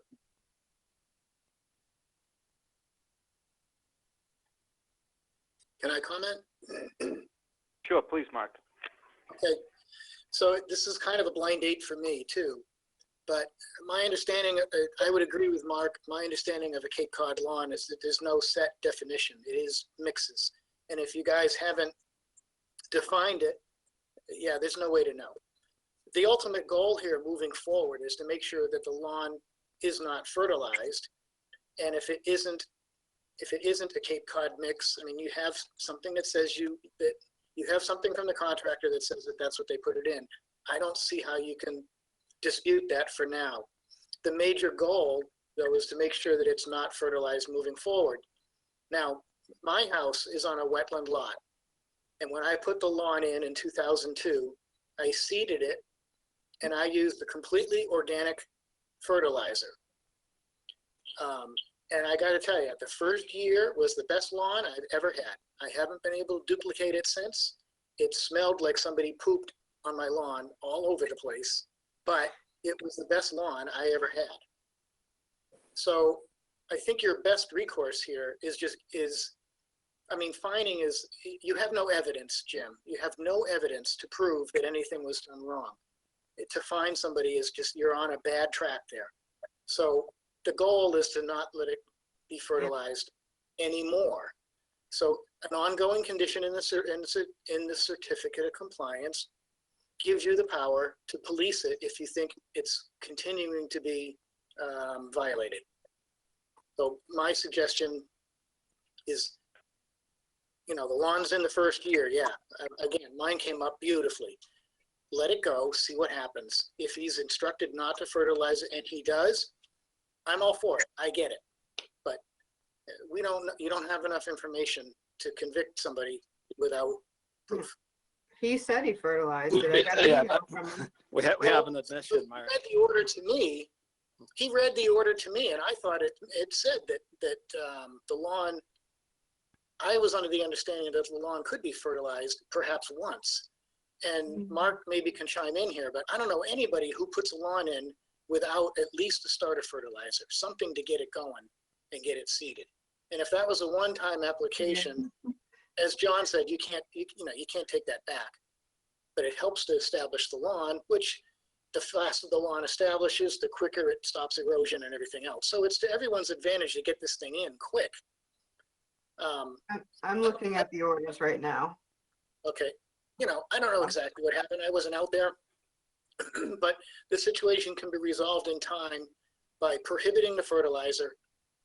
He can water the crap out of it, and maybe it takes longer, but what do you do? But that would be my suggestion is have the ongoing condition of no fertilizer, and if it appears that it's been violated, then act on it. But that's all. Yeah, Mark, it's been an ongoing problem for us, so it is a topic that we've discussed a lot. Oh, I know, but it's also very difficult to police. So there's a couple conditions. No pesticides, fertilizers, herbicides allowed to be used on this lot other than what is called for use in the land management plan by Blue Flax Design to eradicate the invasive plants. Then the next condition says a one-time only organic fertilizer may be used on the plantings on the site to help them establish. Okay, well that's where I understood that to include the lawn. And maybe maybe that's a little unclear, but that is not lawn. Yep. I can understand maybe clarity there. Reading it a second time, I get it. John? I'd like to make a point here, which is it's not just about fertilization, it's also about treatment with pesticides. And I don't think it's all that hard to discern when you look at a lawn after a year of being in place, whether it's been treated with pesticides or not. If there's nothing else growing there but grass, I don't know what the odds are, but they're well north of 50% that something has been put on there to kill off broadleaf weeds. So if you look at that lawn and there's absolutely nothing there but grass, then it's a good guess that it's been treated. And we should be concerned about that. And I agree, however, that just saying what I just said maybe still leaves you on a little shaky ground as far as that goes. But the guy did admit he did it. So I think some measures have to be taken here, whether it's a fine or whether it's just telling him that as a condition of getting a certificate of compliance, the town is going to come and take samples from his lawn and get them tested in a laboratory, and he can pay for that. And if the results show no pesticides, no fertilizer, then okay, we'll give him a certificate of compliance. Otherwise, we'll fine him. I don't know, John. I think that's a slippery slope. I think the best thing to do is prohibit it, and then if you see a continued appearance of a violation, then you have the power to act. I can recall from the hearing, this was specifically discussed, so this is not something new. So I agree with John's suggestion. It's a tough one to win though, Brad. Well, what do you mean win? What do you? It's a fine to be imposed, or it's a condition. What is the process that we'd win or lose? An issue of fine, I guess, at any point. But if you have opposition, how do you prove the point? How do you validate it? If the grass is very thick, the weed growth is going to be minimized, and that could very well give the appearance of treatment. The only way you're going to know is through an analysis, and I don't That's know, what I'm suggesting. kind of costly and a little bit convoluted. So I would personally be more inclined to be making applicators aware that they run the risk of being penalized to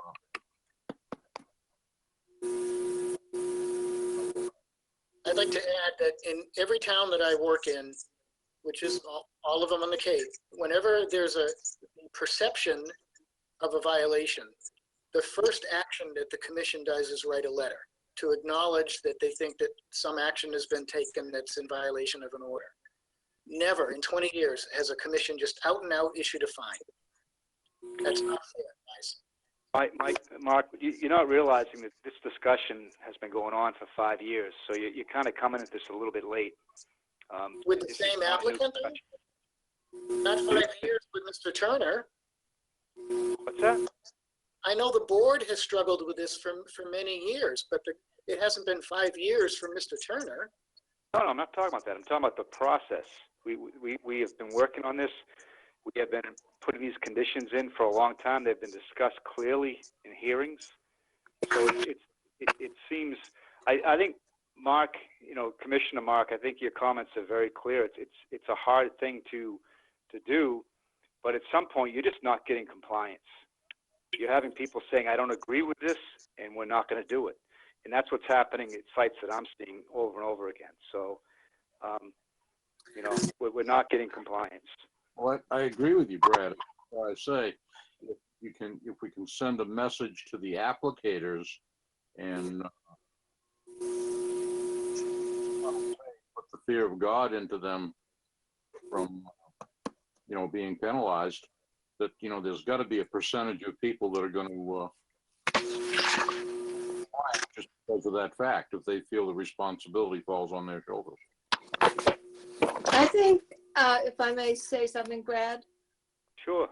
I think we have two different issues here. One is whether or not we're going to approve the request for compliance for Strandway. And the other is, how are we going to enforce our regulation across the town when we put it in as an order of compliance? So for this one particular case for Strandway, he has admitted he did use one fertilization, but our orders are a little bit vague that if you consider a blade of grass a planting, then we told him he could do it. So, so do we approve his certificate of compliance and point out to him that he can't do it again, and then decide how are we going to enforce this across the board? We don't go to other houses and check to see if their lawns are green. Might I make a suggestion? Yes, Amy. So, the intent of the order was to be that the native plantings given a one-time organic fertilization, not the lawn, but I understand our wording is a little, could be questioned. Sorry, it's getting late. I would recommend issuing a cert with ongoing conditions, but writing and typically sometimes we find for cutting of trees, but usually for lawn stuff or stuff like this, we might send like a warning first, like Mark had said. A lot of commissions do that, so maybe sending that, and then but also saying that within he has to like something within the year has to provide this and this. Whether that's a soil sample, analysis, or I don't know, grant the cert, but with some sort of follow-up that he's got to do within a year or so, or that we're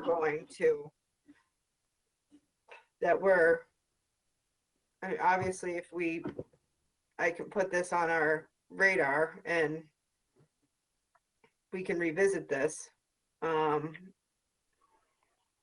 But Let me ask a question, Amy. Is there any urgency to issuing the cert? Can we just wait for another growing season? well, I think we've got to give Mr. Turner some sort of a response. So if we don't vote on it, I gotta put something in writing to him. I'm Why we I'm not in didn't act favor. on it. Yeah, if Go I ahead. can just. Yeah, we put in can my hold 2 the cents. cert. Go ahead, Ernie. I think once we issue the cert, we basically endorse in his non-compliance with the order of conditions. I'm not in favor of that. He's admitted that he put fertilizer on the lawn. I don't think the language in the order of conditions is that ambiguous as far as fertilizing the plantings versus fertilizing the lawn. They're two different things. And the order of condition talks about lawn, it talks about plantings. They're two separate items. They're not subject to misconstrue. You know, as long as I've been on this commission, we've had two big issues. One is docks and the other one is fertilizers. And when they did the wastewater treatment presentations back, 3 years ago, something like that, and they talked about eelgrass and nitrogen and the loading factor and the percentage of that that's coming out of fertilizers. I don't think we can just turn our back on this and treat it lightly. As an issue, put aside Strandway. I mean, as an issue, I think we need something that's hard and fast, like we were doing with docks right now, that talks about this, what the penalties are going to be, how we're going to test for this if we find someone or suspect someone's not in compliance with it, soil samples, whatever else. But we need something consistent that we can just point to and say, this is what we do in this situation. Because we're going to have the exact same issue across the street from Turner as soon as that new house that we just approved goes up. It's going to be another golf course right across the street from him, and he's going to be pointing at Turner and says that it's no different than what he's doing. In Shore Road, I mean, I can just keep going and going with people that are just thumbing their noses at this thing because they want to keep up with the neighbors. And I'm not comfortable issuing an order of condition in this particular order of compliance, certificate of compliance here, let alone, not coming up with some sort of a stance on this. I mean, we've got to. It's the biggest issue we're facing other than docks right now. No, I actually agree, Ernie, and I didn't even think that we could hold off for another year, or however long. But I think you're right. I think, writing a letter to Mr. Turner, not acting on this tonight, writing a letter saying we want to reevaluate this. Due to the importance of not using. Yeah, I'm sorry. I'm struggling here at the end.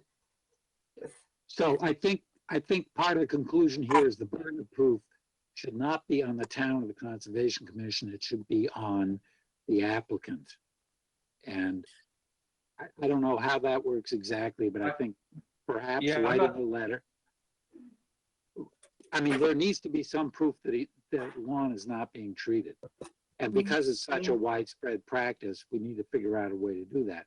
How to deal with that right now with the Turner property, I'm not sure. I guess that's what we're debating. But what I'm hearing, John, is that one way to determine that is to wait a year and see what the lawn looks like. I think we write a letter and wait a year. The second option is to issue a fine tonight. Those are the two options, in my opinion. Make a motion. Yeah, I'd be in favor of both, personally. Ladies and gentlemen, you can't do a fine, okay? That's not procedure. Give the guy a chance. I disagree, Mark. I completely disagree. If you want to hold off the cert and look at the lawn in a year, I get it. That gives him a chance. And if it's still green in a year, and if he says, screw you guys, I'm going to fertilize it, and we find out in a year, you have every right to empower and do what you need to do. But you asked the questions. The applicant gave you the answers. He gave you a letter from the from the landscaper, if you act on this any other way, you're basically just calling him a liar and saying, well, we asked the question, but we don't like the answer, so we're going to fine you anyway. That's not right, ladies and gentlemen. You can't do that. Give him Mark, a chance. he's in violation of his order of condition. We can issue the fine. You're speaking on behalf of your client. You're not speaking on behalf of the regulations. I understand the regulations, and I would have understood that order to be able to fertilize the lawn once at the beginning. Not more than that. I get it, but once at the beginning. Like I said, I don't know how you put in a lawn without doing it. Well, Brad, Yes, Carol. I would think that if we take a vote and do not issue an order of compliance and send them the letter saying this is why we were concerned, and we will revisit it next year when we look at your lawn, and then we can some other time, unfortunately we should do it sooner rather than later, figure out our own procedures for dealing with this. I don't think Carol, would you like, that's a good compromise. Carol, would you like to make that motion, please? I'll make the motion that we approve the request for a certificate of compliance for 18 Strandway, and everybody can vote on it the way they feel. So I make a motion to approve. To approve the cert. To approve the cert. And then we need a second, and then you can ask me first how I vote. Okay. Okay, so Mark seconded. So under discussion, anybody have any further comments? Yeah, Brad, it's Stan. I got two questions for you. One is, again, remind me, what's the impact of not giving them the certificate of compliance to them personally? I think that's a question for Mark Burgess.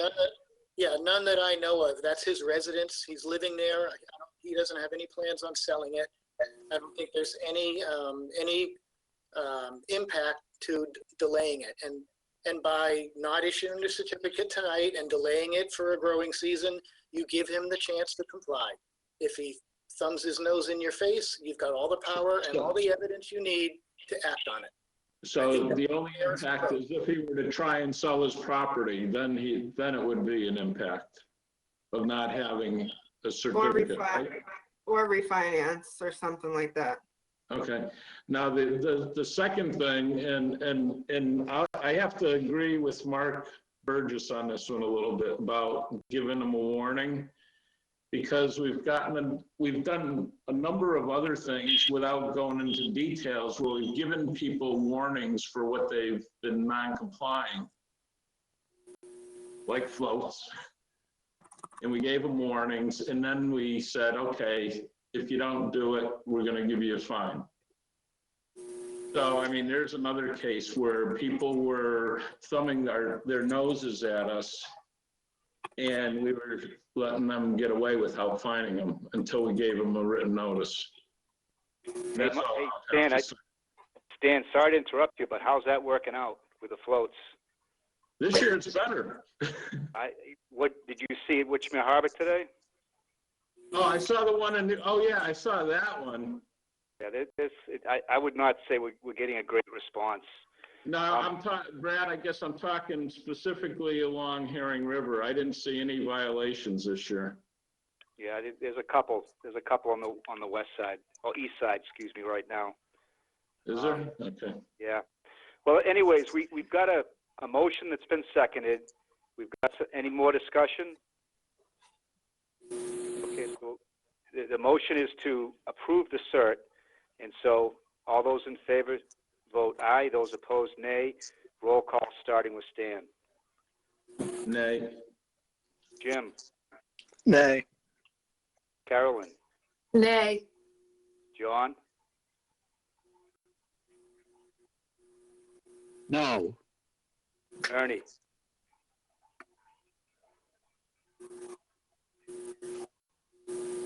Yeah, nay.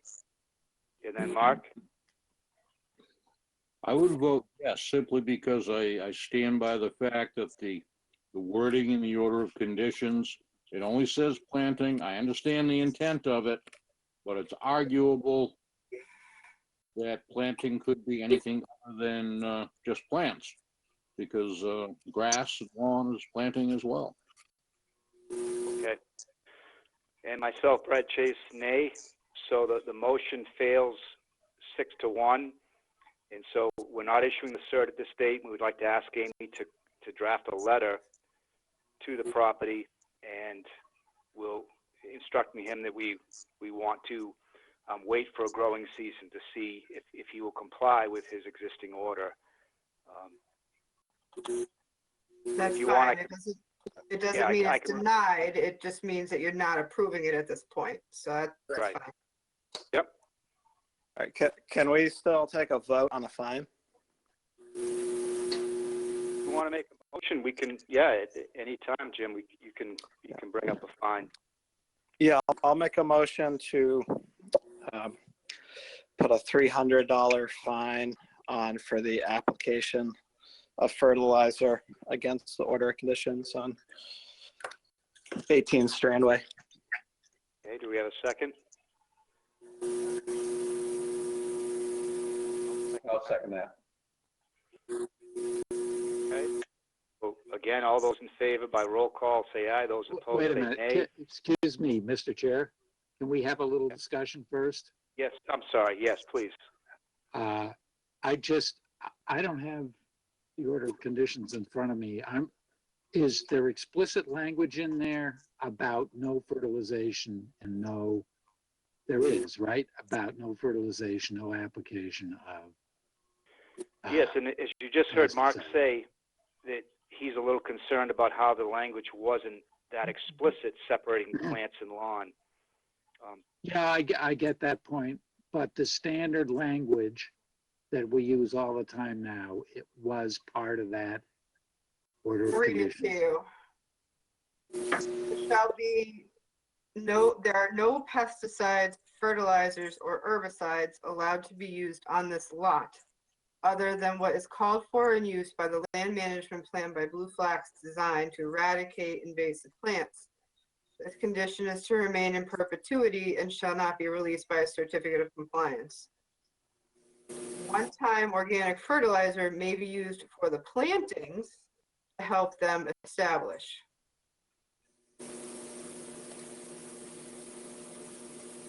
Okay, thank you. I think legitimately there's lawn and there's plantings, but to impose a fine when there is a bit of a doubt on plantings, it's not fair. It was our mistake. I think if you go back to the hearings, it actually was very clear though. And I mean, to me, that's actually quite clear in the wording too, because it's only approved for what Blue Flax's management plan is. And we're generally fairly explicit. I know Jim is, as far as discussions when the presentations are made to the commission. Let's go back to Blue Flax. Now, are they managing his property regularly in terms of? Not in charge of his lawn. They're just in charge of the bank management. That's it. Okay. There's another issue here we haven't touched on too. The information that came back regarding the seed mixture and the like, whatever the work was, that would be apparently from the installation contractor. That isn't necessarily from the lawn service provider after the fact. I don't know when the ground was seeded, but I mean, whether that same company maintains the property or not is a question that would have to be answered as well. There may well be somebody else in the mix after the initial seeding. So yeah, along that line, Mark, Amy, you made the comment that he said he did a one-time organic fertilizer. Was it actually him or a landscaping company that he hired to do it? Hang on one second. I don't know. I can't imagine him out there with a lawn spreader. Me neither. That's why it just dawned on me though. I would imagine whoever, normally the hydro seed has a starter fertilizer mixed in it. I was wondering about that. That was my question. Usually it's no pun intended, a one-shot deal. Everything is mixed together in the same tank, and it's usually a water-soluble fertilizer. Organic too, I'm sure. Mark, when you see the little white pellets, is that a fertilizer? Actually, that's generally more of a filler within the fertilizer. That's not necessarily a telltale sign of fertilization. That could well be something else. But it would be a chemical. You would have to assume so, Brad. He That's just what said I'm he only fertilized once. That's all he said in the email. Could be pelletized lime too. Is lime considered a chemical? Pelletized lime is usually more of a tannish, brownish color, and that dissipates very quickly. Once it's down, it's very difficult to see. Yeah, what I'm seeing is a white chemical? pellet. I'm just curious, but is lime considered a chemical? Technically, it's not a chemical. Yeah, it's It's a a rock. mineral. Yeah, mineral. Anyway. See, the All lime right. actually treat the plant. What it does is amend the soil. Right, gives it the proper pH. Correct. Okay, well, this is all good discussion, but we need to conclude this night at some point, folks. Yes, And please. so, any last points on the discussion? Okay, so we have a motion on the table. All those in favor say aye. Those opposed say nay. Starting with Stan. Nay. Jim? Aye. Carolyn? Nay. John? Aye. Ernie? Aye. Mark? Okay. Myself, Brad Chase, aye. So the motion does carry, and a $300 fine will be issued for the violation to the order of conditions. More importantly, I think the letter from Amy is really essential, and I think this has been very good discussion on this topic. And we've got to, make sure our orders are clean, and I think we have to follow up on Mark's suggestion to get some type of a, 3-paragraph information memo out to people, just saying that, our waterways are degraded. We have to step up and make a difference where we can, and this is one way we can do it. Through the chair, please. Yes, Mark. So, I understand exactly where you guys are coming from. I know where you're trying to go. I'm not arguing with any of that, but you guys are just convicted a person without enough evidence, without any evidence. It's basically a guy has a green lawn and you just convicted him of lying. It's not fair. And I'm telling you, if the regulations are too hard to follow, nobody will follow them. This is gonna anger people, not make them comply. Be reasonable, ladies and gentlemen, be reasonable. Excuse me, may I respond to that, please, Mr. Yes, Chair? John, please. This was not based on a suspicion. It was based on the statement that the applicant made that he fertilized his lawn. We're not convicting him of lying. We're taking his word for what he did and determining that that is a violation of the order of conditions. It's not just us going onto his lawn and looking around and saying, oh, it looks like he applied fertilizers. He said he applied fertilizers. So please don't accuse us of being cavalier about this. We're not being cavalier. We have to draw a line in the sand because people are way too willing to just simply ignore what we ask them to do and what is part of the regulations of the town of Harwich. And that's what this is. It's not nice. It's not easy. It's not fun. I Just know. don't accuse us of being cavalier here, Mark, please. I'm I apologize, John. I don't mean cavalier. I just mean that it should be, the applicant should always have a fair shot at complying. If there was a misunderstanding, then it won't happen again. You'll accomplish your goal. But findings have Mark, to wait. I got to tell you, that's a naive statement. It really is. It's not what we're seeing. It's not what through our discussions for multiple years, that's not what's happening. So I apologize for saying that, but honestly, you know, this is not something new to us. I know, Brad. I mean, I know how many commissions have gone through when some rich people mows down their coastal bank because they know it's going to cost them 50 or 60 grand to put the plants back, but everybody gets what they want except you guys. That's frustrating, and I won't work for people like that.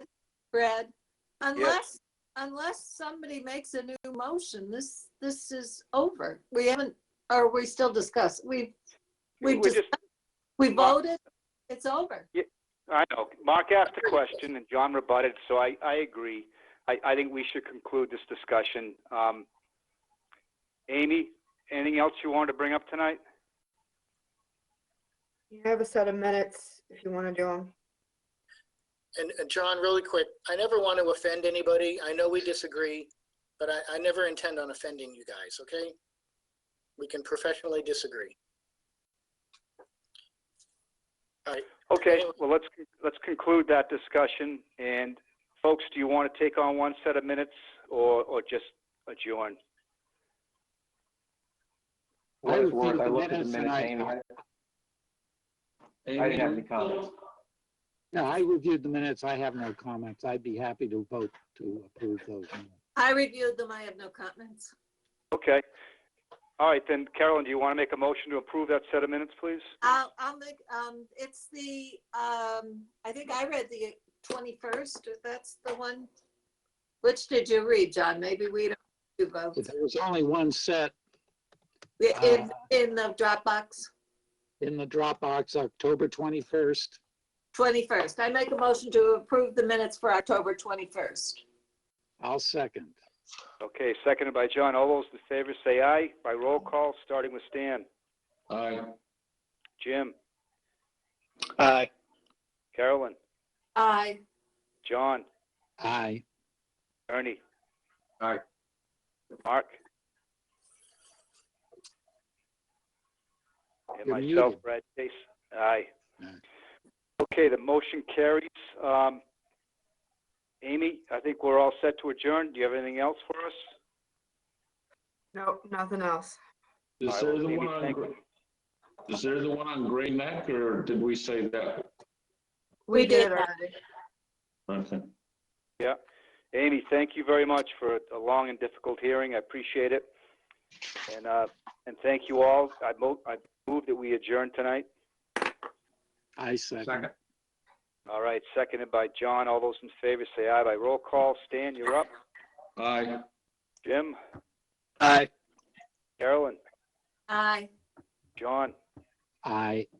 Ernie. Aye. Mark. Aye. Myself, Brad Chase. All right, thank you all.